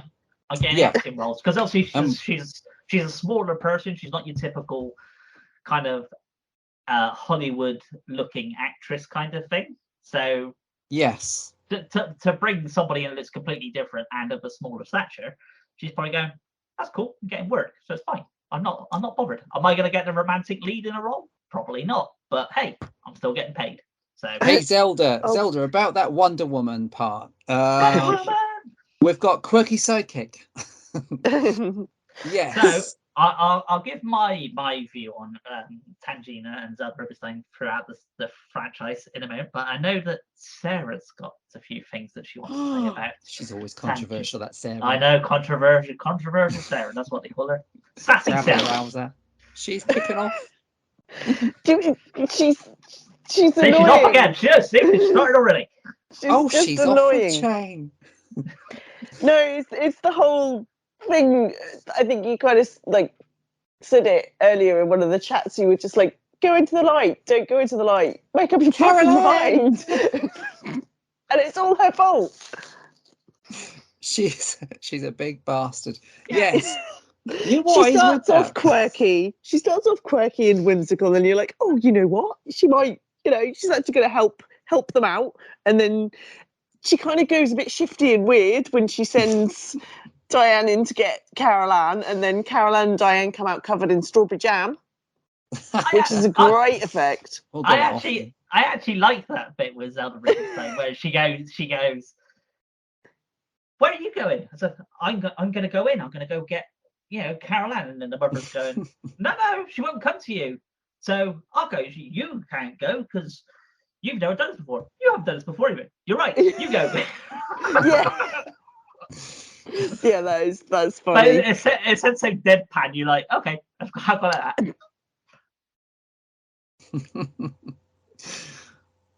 And she's so smug at the end as well. Yes. When she says this house is clear. Oh, the classic line, yes. You know it's not. Yes. You're fucked up. Yeah. She's more trouble than she's worth. Yeah. It's all your fault, Tangina. What did you actually do? Is that even a real name? Tangina. It's too much like angina with a T or vagina. Or tangerina. Tangerine vagina. That's a new pop group I might start. Actually, I'll see if Simon Cowell is interested. Sounds like something you need to go to the gynecologist about. Oh my God! It turns out, Mr. West. Yes. What is it, Doctor? You've got a tangerine vagina. I knew it. If it was a clementine, you'd be fine, but because it's a tangerine, we're not sure about that one. But there must be something you can do. Yes, I'm sorry, Mr. West. We can grate it, and I can have a nice mojito later after. Oh, at least it's great. Yes. Yeah, I kind of get it. Yeah, and I don't know if you both agree, and maybe it's me just being grumpy, but by the second and especially the third, you just wish you'd go away. I mean, just punch her in the face in a nice way. Have you finished giving your opinion on Tangina, Sarah? Yeah. Sure. Yes. Okay. Well, in the first film, yeah, she's a quirky, and I kind of go with that because she kind of like, well, that makes sense because she's a medium. Generally, mediums are a bit sort of quirky anyway. Oh, can I do my joke? Sorry. Oh no. I suppose you could say she's a short medium at large. Please continue. A bit awkward now. I'm feeling a bit uncomfortable. Can you cut in some canned laughter at that point? What a riot. Been working on that for years. I was going to say the most mediums in real life are kind of quirky anyway. So I kind of get that how she is in this film, and of course doing what she does, fair enough. She's a bit smug about what she does anyway. In the second film, she does actually make a bit of a point where she does say she is losing a bit of her skills, because it is implied in the first film that the mother does have some form of psychic ability of some sort anyway. It's not until the second film that you actually pick up on that, because her mother's got psychic ability. Oh, the nan. Yeah. So there's always that implication where you kind of like, okay, Tangina probably isn't giving as much help as she wants to, because the mother clearly has something that can help, which she makes use in the second film. So that's probably don't really need Tangina. Tangina's kind of put in there because you kind of go, oh look, it's her from the first film. Well, if she's turned up, we know what's going to happen now, kind of thing. So, but you don't really need her in the second film, because the mother basically and the Native American is doing basically what Tangina is doing in the first film. Yeah, is helping.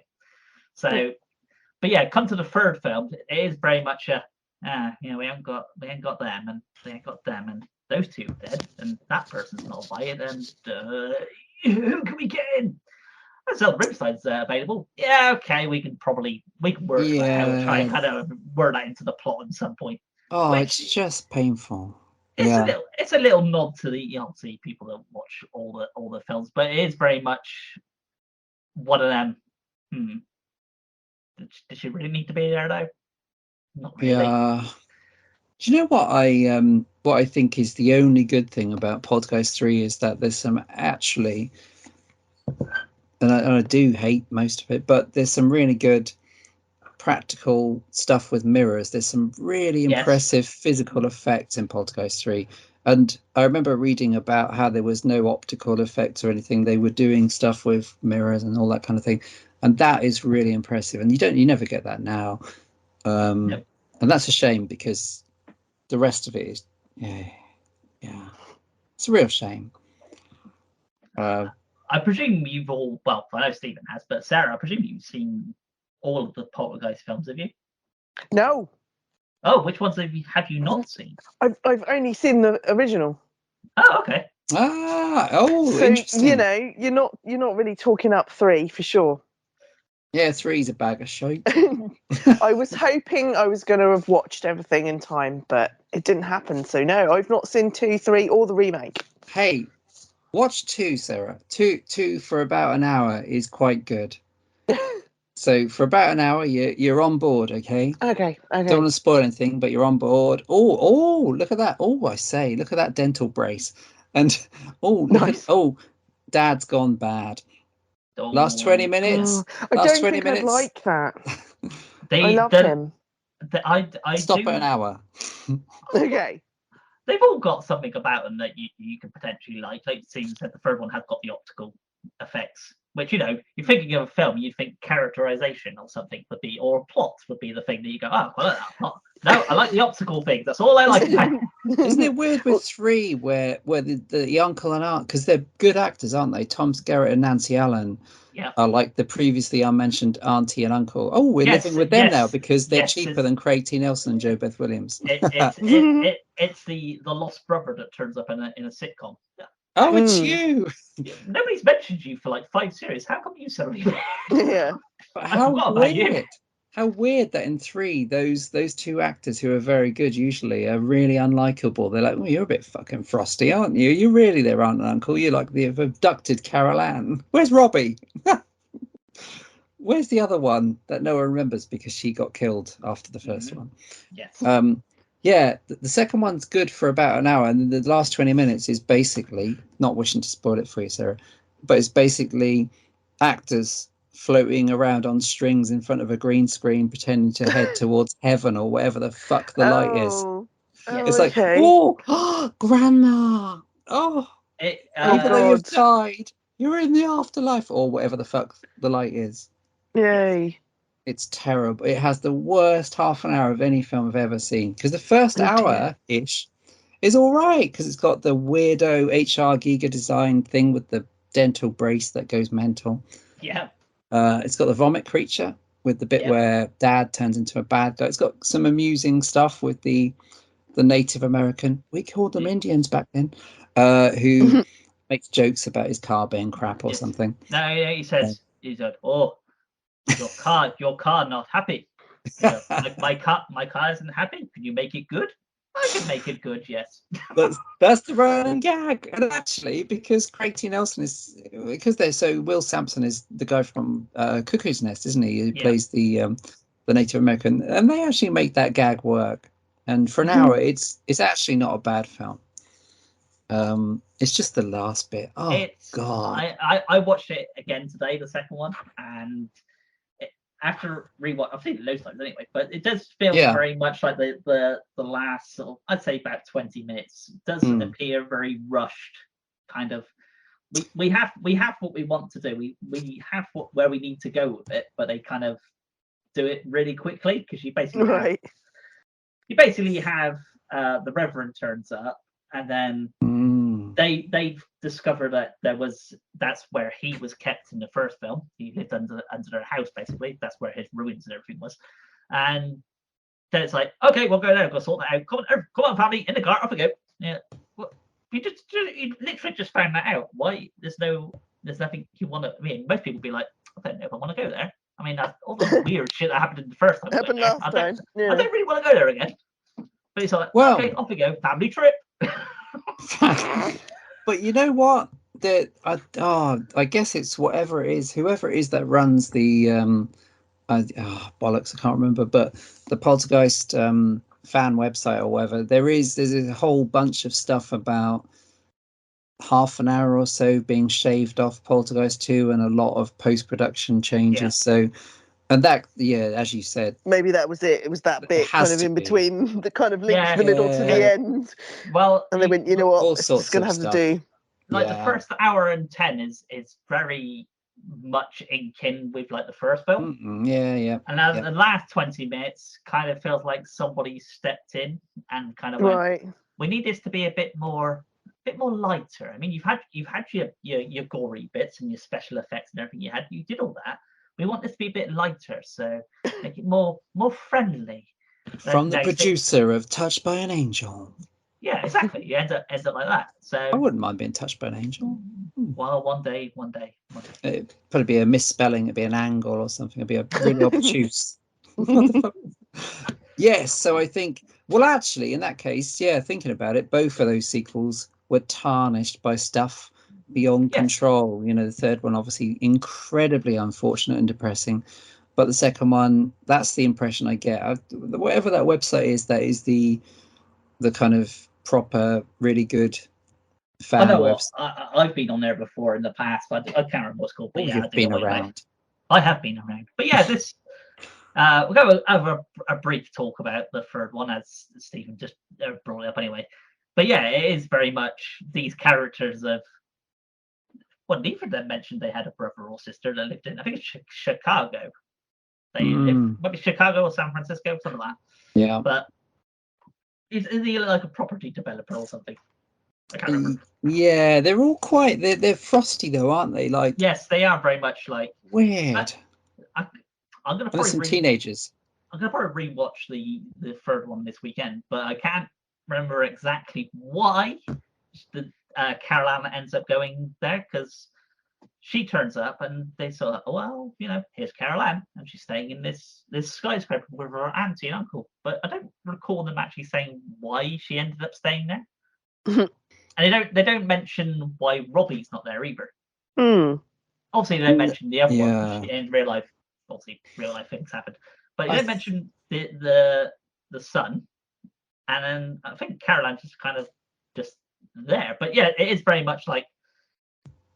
You go to a family party and that uncle or that auntie that you haven't seen for 27 years or something turns up and they go, oh, I remember you. You're like, I have no idea who you are. And they're trying to act all friendly with you, and you're like, I have no idea who you are.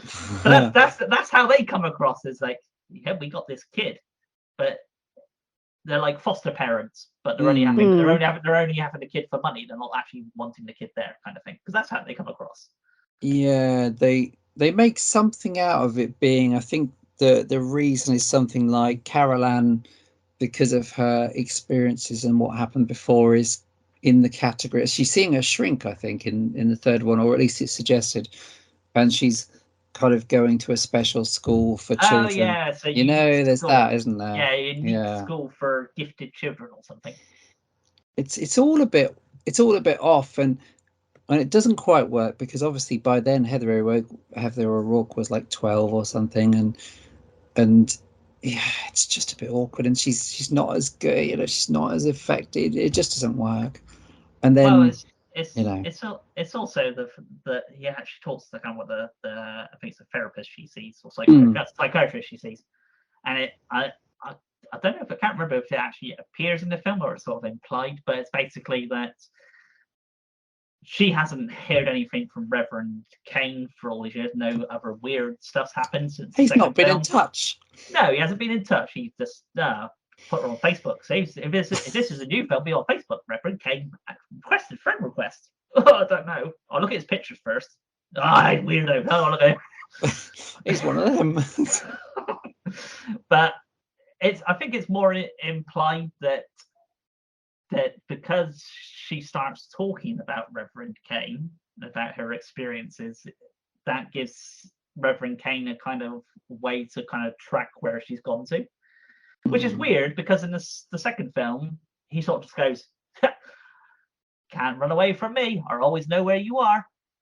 but in the third film, it takes him like a while where he goes, you moved state. That's very nice. Then send a postcard, then send a letter, then get an invite. Nasty prick. But yeah, I think that's basically what it is because she's talking about him. It's a bit like the Freddy Krueger kind of thing. Freddy versus Jason. Everybody's forgot about Freddy. Nobody's talking about it. But because people start talking about him again, everything starts happening again.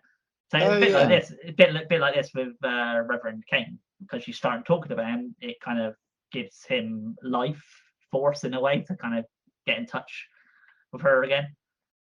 But yeah, Tangina is very, very weird in that third film. She is very much just here I am, but she gets killed by Kane in the third film. Oh yeah, because Kane is disguised on the mirror side. I think it's on the mirror side as Carol Ann, and Tangina's trying to get her to come back through. So I think she puts her hand against the mirror or something, and then when they do that, touch hands, then that's when Carol Ann turns into Kane. But Carol Ann's somewhere else in the film. So Tangina ends up getting killed off in this one.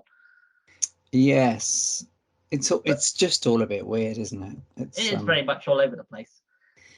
So I know. Yeah. I do want to kind of ask if you would have ever wanted to see a fourth film, because there was the possibility of there being a fourth film. It's been rumored a few times over the years, ever since the third film. So would you have ever wanted to see Poltergeist 4? But the original idea for Poltergeist 4 was to go back, so you see Reverend Kane, the way him with his followers and the way that he was kind of, and then leading up to there being a connection between Reverend Kane and the Freeling family. That's why he has such a strong connection with them and why he wants to get involved so much. That was one of the original ideas for a potential fourth film, which I think would have worked. Yeah, well, he's the most interesting new thing about those, because in 3 they bring in some teenagers, and it's all a bit kind of desperate to try. And actually, although one of them is played by Lara Flynn Boyle, who yes, would then do Twin Peaks, of course, and she's fantastic, but just boring teenager. But yeah, the idea of this bizarre and terrifying cult leader, I suppose, because cults were a big thing. Jim Jones wasn't that long ago when these films came out. David Koresh was a bit later, but that stuff's quite interesting. And he, especially played by Julian Beck in the second one, is the most interesting part of those later films. So yeah, that would have worked. And the Freelings were such a important part of the first 2 films. I like that. The mum and dad. I like that the idea of it. Obviously, the third Poltergeist film wasn't a very good success for in the cinema, so that's probably put a kibosh on it anyway. But if it did happen, I like the idea of it. But also on the flip side of it, you kind of like, well, I quite like the idea of Reverend Kane. He has his motive is basically he wants followers. That's his motive. He wants people to follow him because it gives him sort of an ego boost, and he's got all this kind of thing going. So to sort of have a prequel film, I think it might potentially take away from how he is in the second film. Kind of like, oh, okay. It's a bit like when they're going to kill off a character in a TV series, but you've read a rumor or something on the internet, and then you go, such and such has signed on for series 5 and 6. And you're like, well, I know they're not dying in series 4, so I haven't got much. There's no emotional connection there now, because you're kind of like, well, I know they can survive. So yes, Hilda Ogden is back for series 274. Yes, but yes, yeah, that's true. It would have been interesting, I think, just to see where they would have gone with it. But yes, there's one on flip side kind of thing. Would it really warrant it? Or would it kind of tarnish the originals? So briefly, because it's only you and me that's seen this, Stephen. Thoughts on the wonderful, superb, always necessary remake? The very little I remember about it, and I have watched it, is it's just really bland, and it doesn't work. No. It doesn't work in a digital era. The whole thing with the the static, and what's great about Poltergeist is it's so much part of its time. The TV, when TV used to shut down with the national anthem at the end of the night, which hilariously was very relevant for me. Although this is an American film, I'd watch the Hammer films on a Saturday night, and then you'd wait for the jokey announcer. Oh, well, I'm sure there's no Frankenstein monster behind us tonight. Eerie silence. What's that? Oh, it's a full moon. And then the national anthem, and then TV, beep, the test card. All of that stuff is what makes Poltergeist. It just doesn't work. It's total. Sam Rockwell's a fantastic actor, but he obviously did it for the money. It's just, from what I remember, it's a really boring film. Really boring. Didn't even try. I am planning on because I've watched the other two, so I thought, I'll do a Poltergeist season in the next 4 days. Yeah, so kind of like, I'll watch Poltergeist 3 probably tomorrow, and possibly the remake on Sunday. But I don't really remember much about it. I think I've only seen it once. I do own it. I think I got given to it or something for a reason. But yeah, it's basically one of them films you kind of, they made a remake out of that. Oh yeah, it was produced by Sam Raimi. What? It's weird, isn't it? It's because it's got a big. This was a big blockbuster in its time, so it's another of those names. But no one really went to see it because why would they? I mean, what does Poltergeist mean to an audience in 2015 who isn't of a certain age? Not a lot, probably. Yep. And if people like Poltergeist, we're quite happy with the other one, really. I mean, unless this one is doing anything interesting, which it wasn't. But I'm not convinced that Poltergeist crossed over to, like, in the way that Friday the 13th maybe and things like that did. I'm not convinced it's crossed over to 20-year-olds now. I don't think there's that many teenagers that are watching Poltergeist on Netflix or whatever. I'm not even convinced there was an audience there where there is with Jason, because people know who Jason is. But I think Poltergeist is more of a thing that's, if you were around in the 80s or 90s and caught it on video and stuff.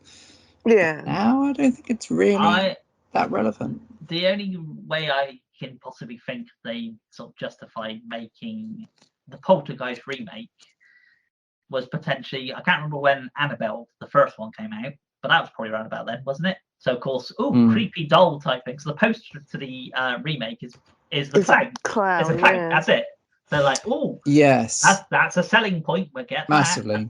That. And I think one of my vague memories of the remake is, don't they find a box full of clown dolls or something? It's not just one. In the house. It's a box of Yes, I think it's that and a bunch of old tapes or something. Yeah, and it makes sense because Paranormal Activity came out maybe 2009, Conjuring 2012. So the revival, and these things always go in cycles, just like slashers do. The revival of interest in occult and Insidious. The Insidious movies are really, especially the Lee Winnell character and the other guy, are very Poltergeist influenced. The idea of, I think they call it the further in the Insidious movies rather than the light or the other side or whatever. So the revival of interest in that stuff, yeah, you're right. It made a Poltergeist remake commercial because people were watching stuff that was inspired by Poltergeist. Insidious, The Conjuring were all part of that period of things that were harking back to the Amityville Horror and Poltergeist. So there's one thing I do like about the Poltergeist remake. It's not special effects. I mean, the special effects, for what they are, the CGI, obviously there's a lot of work goes into CGI. Congrats. It doesn't work for me for that film because I think the original film still holds up better special effects wise to this new one. The thing I do like in the remake is the fact that they didn't name the daughter Carol Ann. Because I think not in a bad way, but I think more as a kind of like trying not to offend anybody with, because of course Carol Ann and Heather O'Rourke was the big character of the original thing. So they're like, if we're making this film, do we use that same name, or that kind of tarnish the memory of Heather O'Rourke kind of thing? So I think the girl in the remake is called Maddie or Madison or something like that. So that was my kind of pick up on it, because they're kind of like, different thing. But yeah, it's in the remake when she does that. They're here. In the original one, you're like, ooh, okay, weird stuff's gonna start happening. And remake kind of you don't really care. You're going, whatever. Yeah, that's it, isn't it? The even when I was watching these things in the 80s, I remember it being it was headline news and things like The Sun, tabloid newspapers, that this little girl from these very famous films had died suddenly and tragically. So even then, it kind of hung over, and 3 hadn't come out. Like, I think the marketing of number 3 was very subdued because obviously they were at risk of sounding like they were exploiting the last film that this little girl made. Well, some of the original awful. posters is her on top of the skyscraper. The later films, it's basically the skyscraper and like an ominous cloud hovering above the building. Yeah, it all became really weird and uncomfortable, which is not the fault of the people that conceived this, which might have actually ended up as being okay. But the remake is a bit odd, and they have a generic kind of TV ghost hunter thing instead of Tangina and thingy. It's Jared Harris who's great. It would have Richard been around Harris's the same. son. Yeah. Would have been about the same sort of time. Would have done The Quiet Ones. Hammer. The same sort of character. And he's a great actor. I prefer his role in The Quiet Ones. Yeah, The Quiet Ones isn't bad. The Quiet Ones is that same territory. Mm-hmm. And I'm on board with I was even on board with the original Conjuring film and stuff, and the first maybe couple Insidious films are not that bad. The first one is quite eerie and does that thing rather well of aping Poltergeist with a bit of a twist in the sense of it. In Insidious films, it's not really the house, is it? It's the actual child that's entirely about. But yeah, it's so bland, that remake. It's a shame. You think of films in that ilk kind of nowadays, The Innkeepers would probably fit in that as well. That kind of feel of weird stuff going on in a building and people investigating it, kind of stuff. Yeah, that's a clever film. I like that one. We'll give it a brief mention anyway, because of course it's part of the Poltergeist thing anyway. Did either of you ever watch the Poltergeist TV series, or even knew about the Poltergeist TV series? It was called Poltergeist: The Legacy. It was on the mid-90s to the late 90s. Yeah, no, I never watched that one either. Oh, Stephen? I think I watched the odd episode, but remember almost nothing about it because it was, as far as I know, it was one of those odd ones that would show up at random times, different days on ITV, depending on region. It did bounce around time slots for a while. But basically, it was around, this is the time you had like the new series of The Outer Limits and X-Files was on, Twin Peaks on. You had all this kind of stuff going on. But the Poltergeist Legacy is a series that I think it's from 96 to 99. It's somewhere in that period. Wasn't many series in it. I think maybe 4 series altogether. But basically, it follows a group of members of secret society known as the Legacy, which is the only thing that kind of links it up to the Poltergeist films, because the parapsychologists in the first film are part of a thing called the Legacy. So that's the only thing that links them up, and the name Poltergeist. That's the only 2 things that link it up. Basically, it's them going out and investigating things of occult nature and paranormal activities and all that kind of thing. But there isn't really much else going on for it. So if you liked, I guess if you like the slightly naff episodes of Outer Limits, all that kind of investigative TV series type stuff, you would like it. It's worth a watch. It's not fantastic. It's not, as I said, the fact that you two, well, Sarah hasn't seen it and Stephen doesn't really remember much about it, says a lot anyway.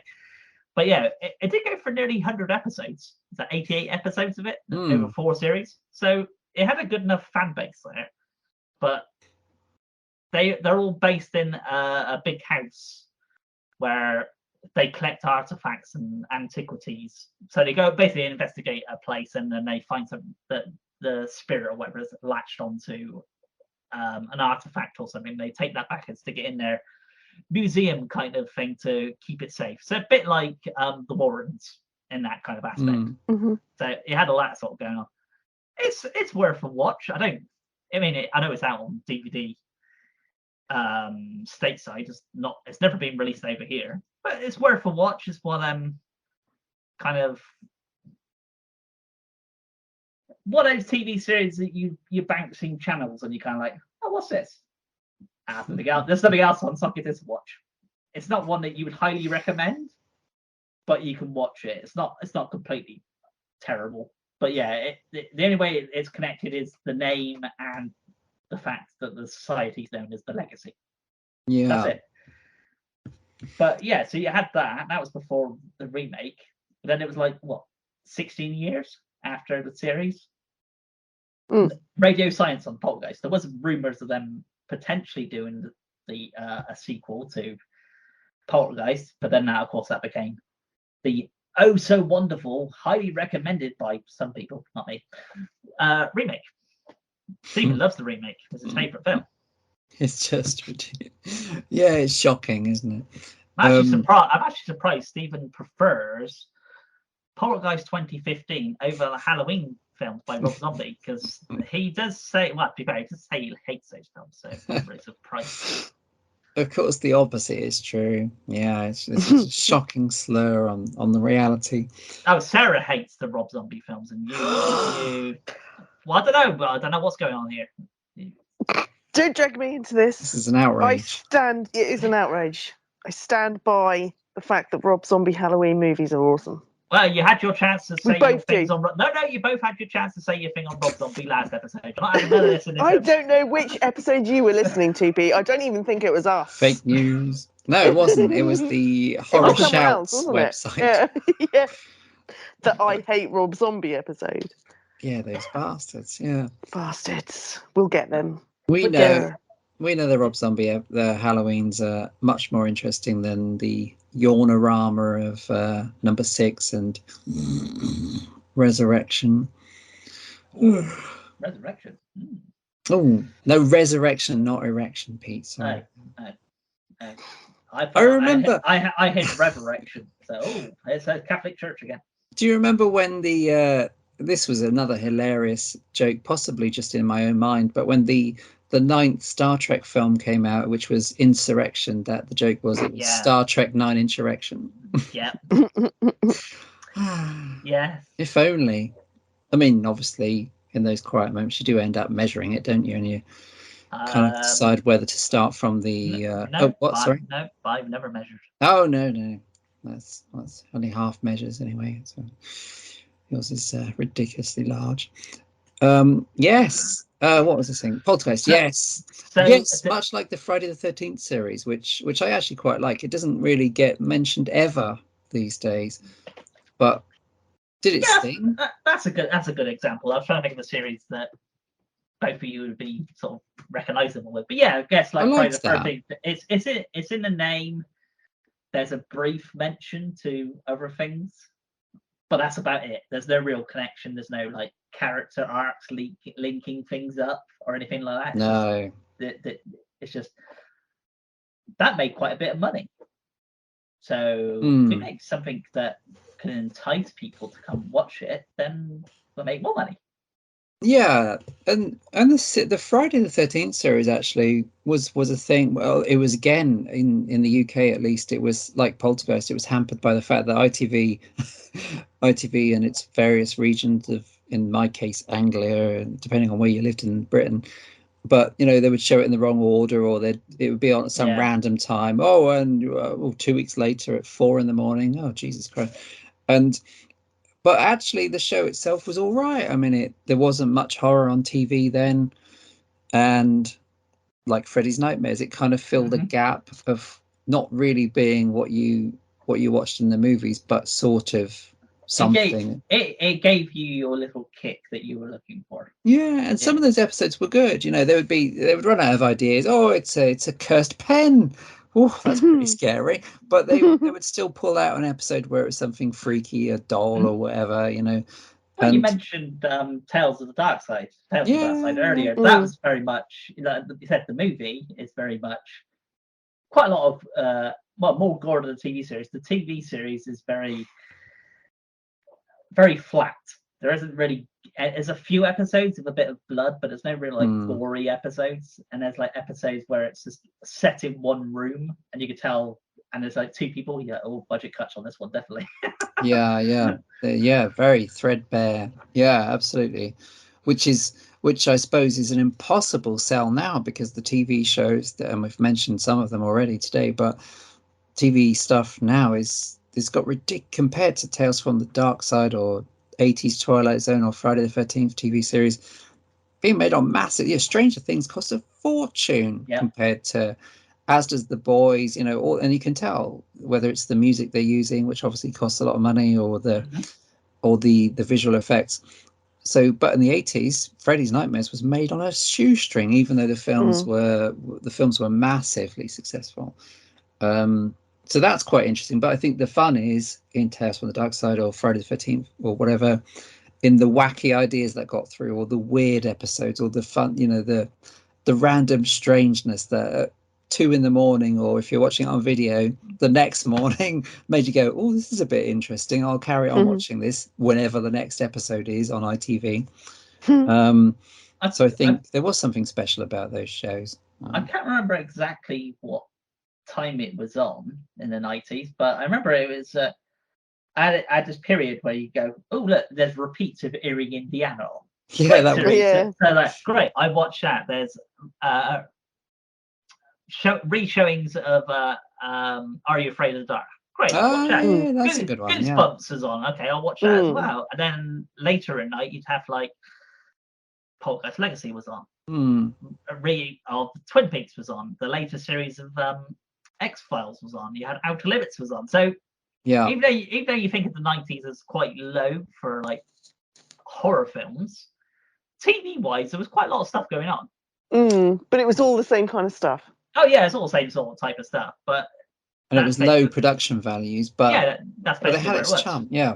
Do you remember there was it was not unrelated to Poltergeist. Was it called Beyond Reality? That weird kind of parapsychologist show that was not that great maybe, but was good enough to keep you watching. I quite liked that one. And there was also Monsters, that TV show, around the same time as Tales from the Dark Side and Tales from the Crypt, which had a lot of good, well, I say good, maybe not so much now, but had a lot of kind of practical prosthetic effects and things like that. It was basically, when you think about it, it's basically an American sitcom kind of thing. Instead of having people, normal people, it's monsters in a family unit kind of thing. That's how it works.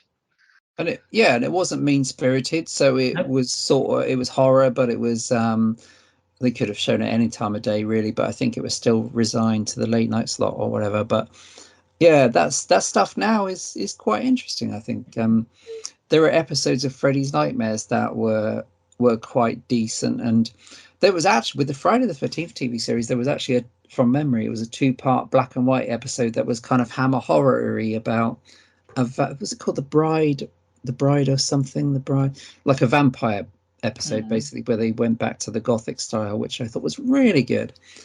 So yeah, it's, you know, things. I think it's the first episode of Poltergeist Legacy. I think the first episode is like an hour and a half, or it might be split into two, like a mini series type of thing. It does kind of get people hooked into it, and then you kind of watched it. I remember the first episode, it's got nudity on it, which, in the 90s, so, hang on, you can't watch that on the telly. Dangerous. But now you kind of, now it's everywhere on television, Game of Thrones and whatever else. So, and now you become desensitized to it. Something happens, It's very weird now, and it's like, even I remember there being a fuss about NYPD Blue because you could see, I think it was, what's his name, David Caruso's butt in the shower, and a butt, was the talk of the town. Obviously, not a lot else to do back then. But yeah, now it's astonishing. On network TV, Hannibal was a network TV show in America, which is outrageously gruesome, as well as all the streaming stuff where they've obviously got kind of freedom to show someone crawling up someone's back passage in The Boys, or very graphic zombie bites in The Walking Dead, and these astonishingly gruesome mainstream shows. Yeah, it's kind of changed somewhat. I mean, X-Files was a big turning point, because X-Files, the longer it went on, the more gory it got. There's some really gruesome episodes of X-Files, which was still a network show. You're like, wow, like the famous episode Home, I think it's called, with the torso under the bed. That was the mum. Inbreeding. I was gonna say, have you ever seen that episode, Sarah? Unbelievable. Yeah. Because it only got showed on UK television once. It got so many complaints. They cut the shot of the dead baby, as there's a dead baby. Yeah. It's really astonishing. The weird thing about the episode is absolutely huge fan of X-Files, but the great thing about the episode is it's really horrific, but Mulder and Scully in the episode are making wisecracks. It's kind of they're taking the piss. Whereas all this brutal stuff is happening all around them with inbreeding and that kind of shell of a woman that's wheeled out on the trolley from under the bed.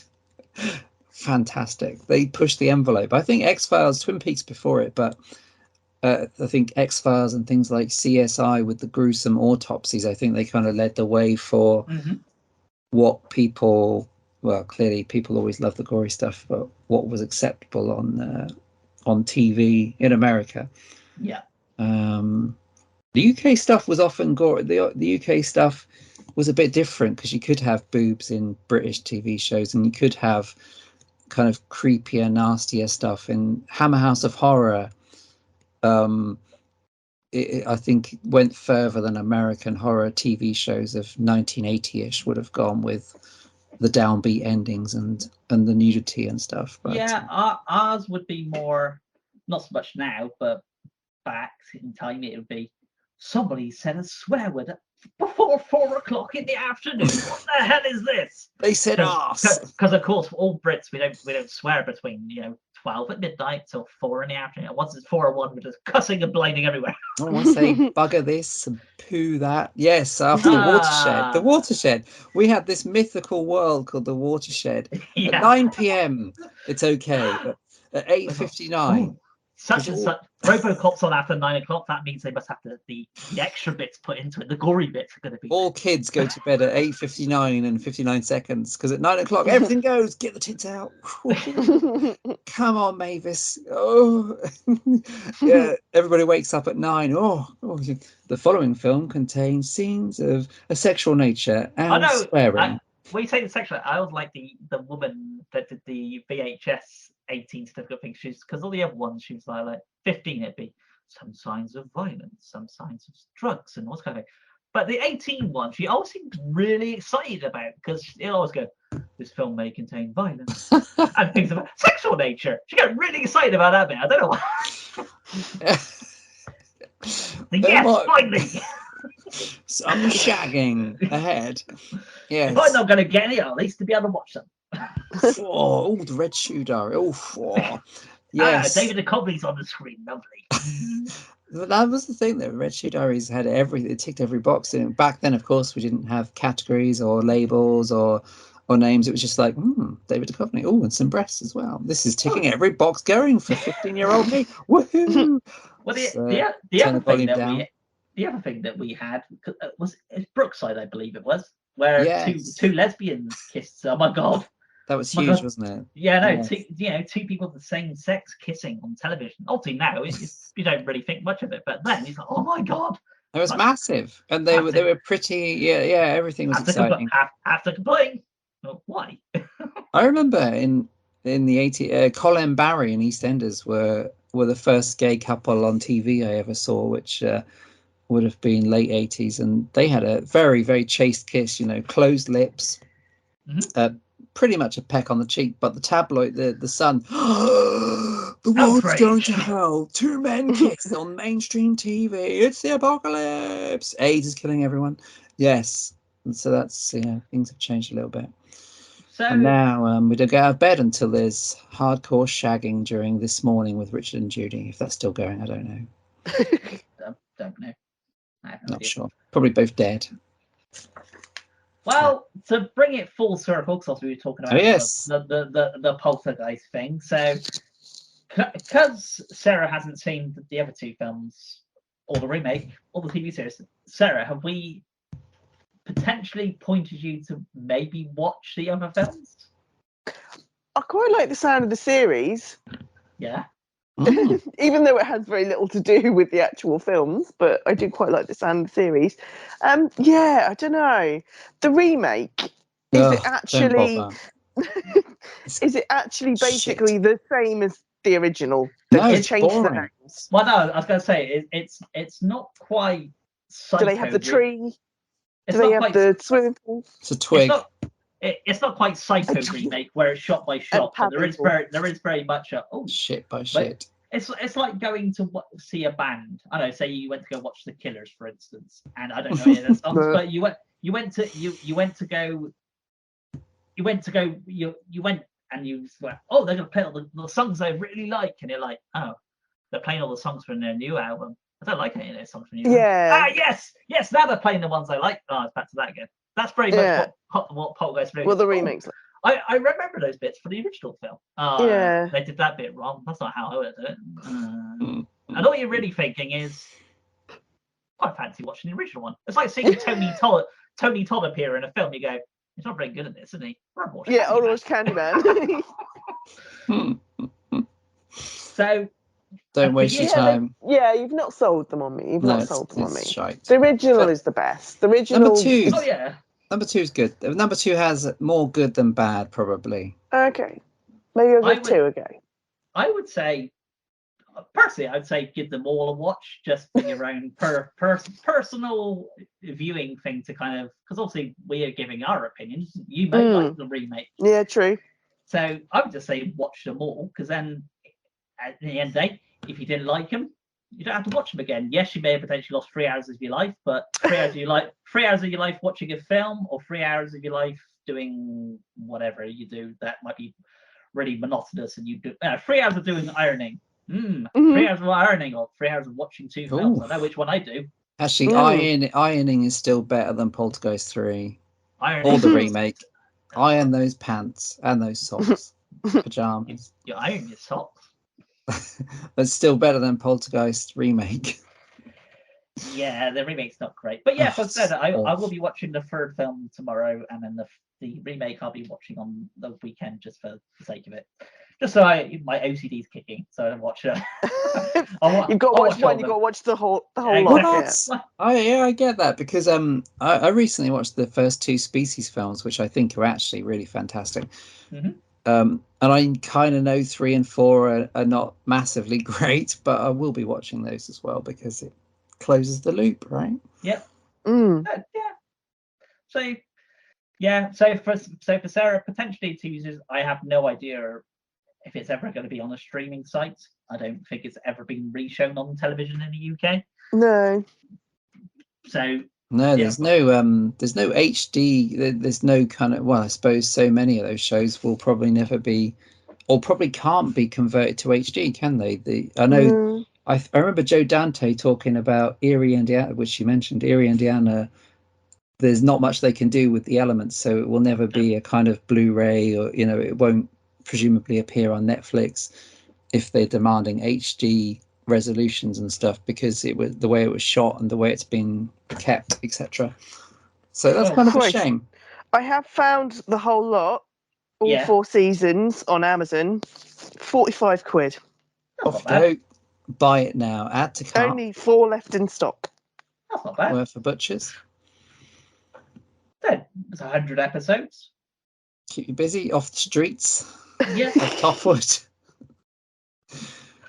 But is it? Is it what? What? No, that is it. That is literally it. You can get it in a box set. That's about it. Yeah. Oh, Jesus. It's worth a watch. I bought all of the Tales from the Crypt series. I went bonkers. I got all of them. Mm-hmm. They're good. Well, the later, I think it's series 7's a bit, but yeah, they're worth a watch.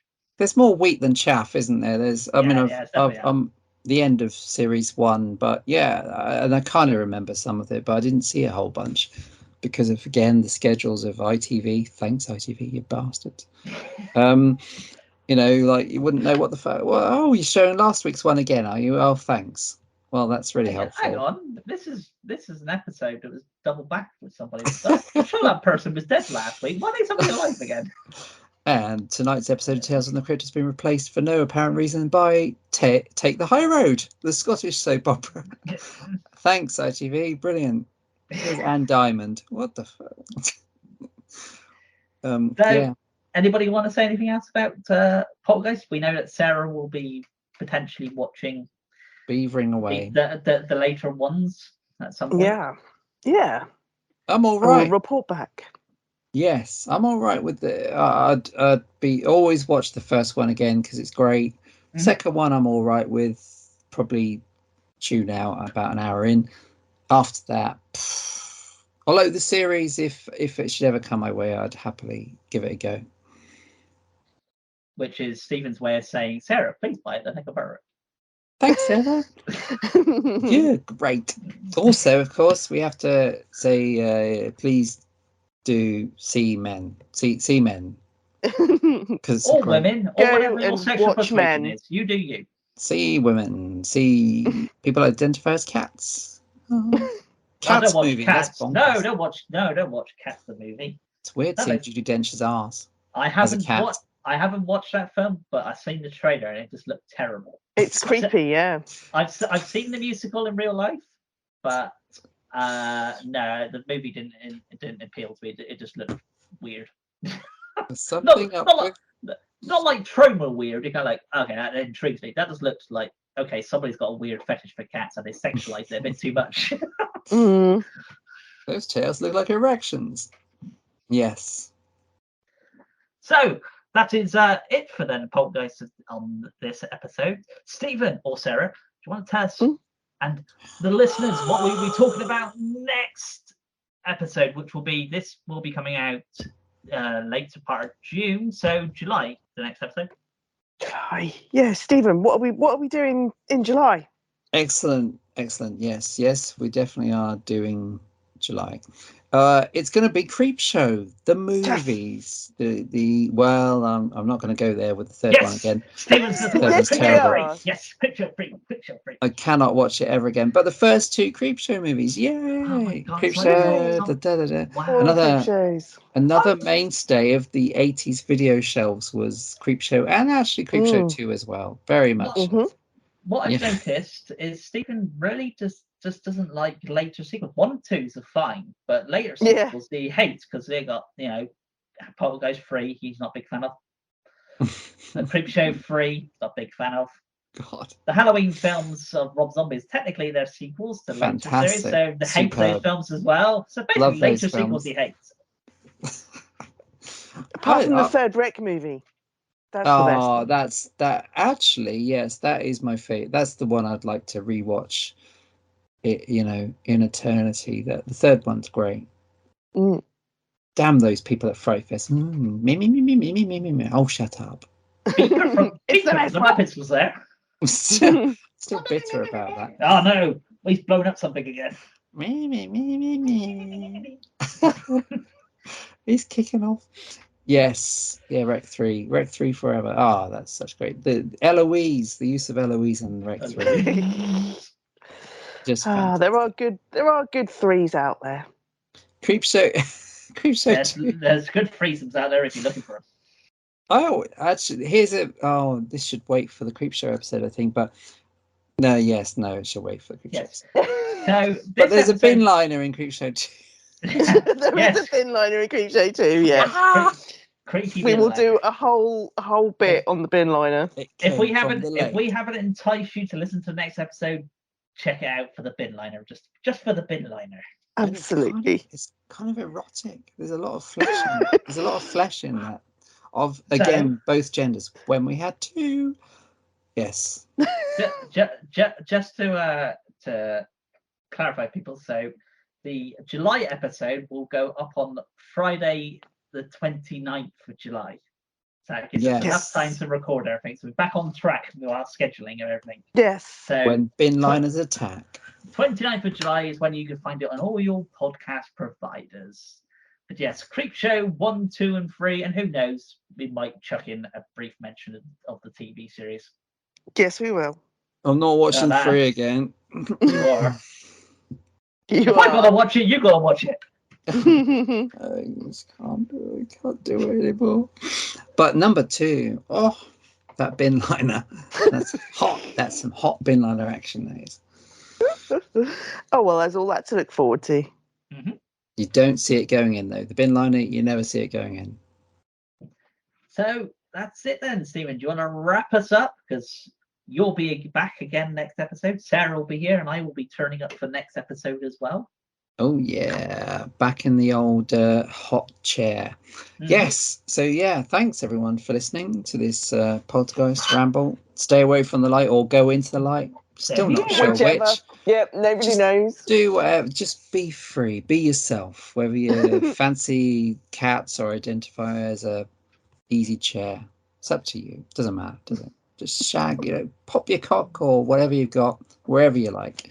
And rejoin us. Which podcast? Oh, yes, this is the film one. Rejoin us for the Creep Show episode next month in July. Episode 31.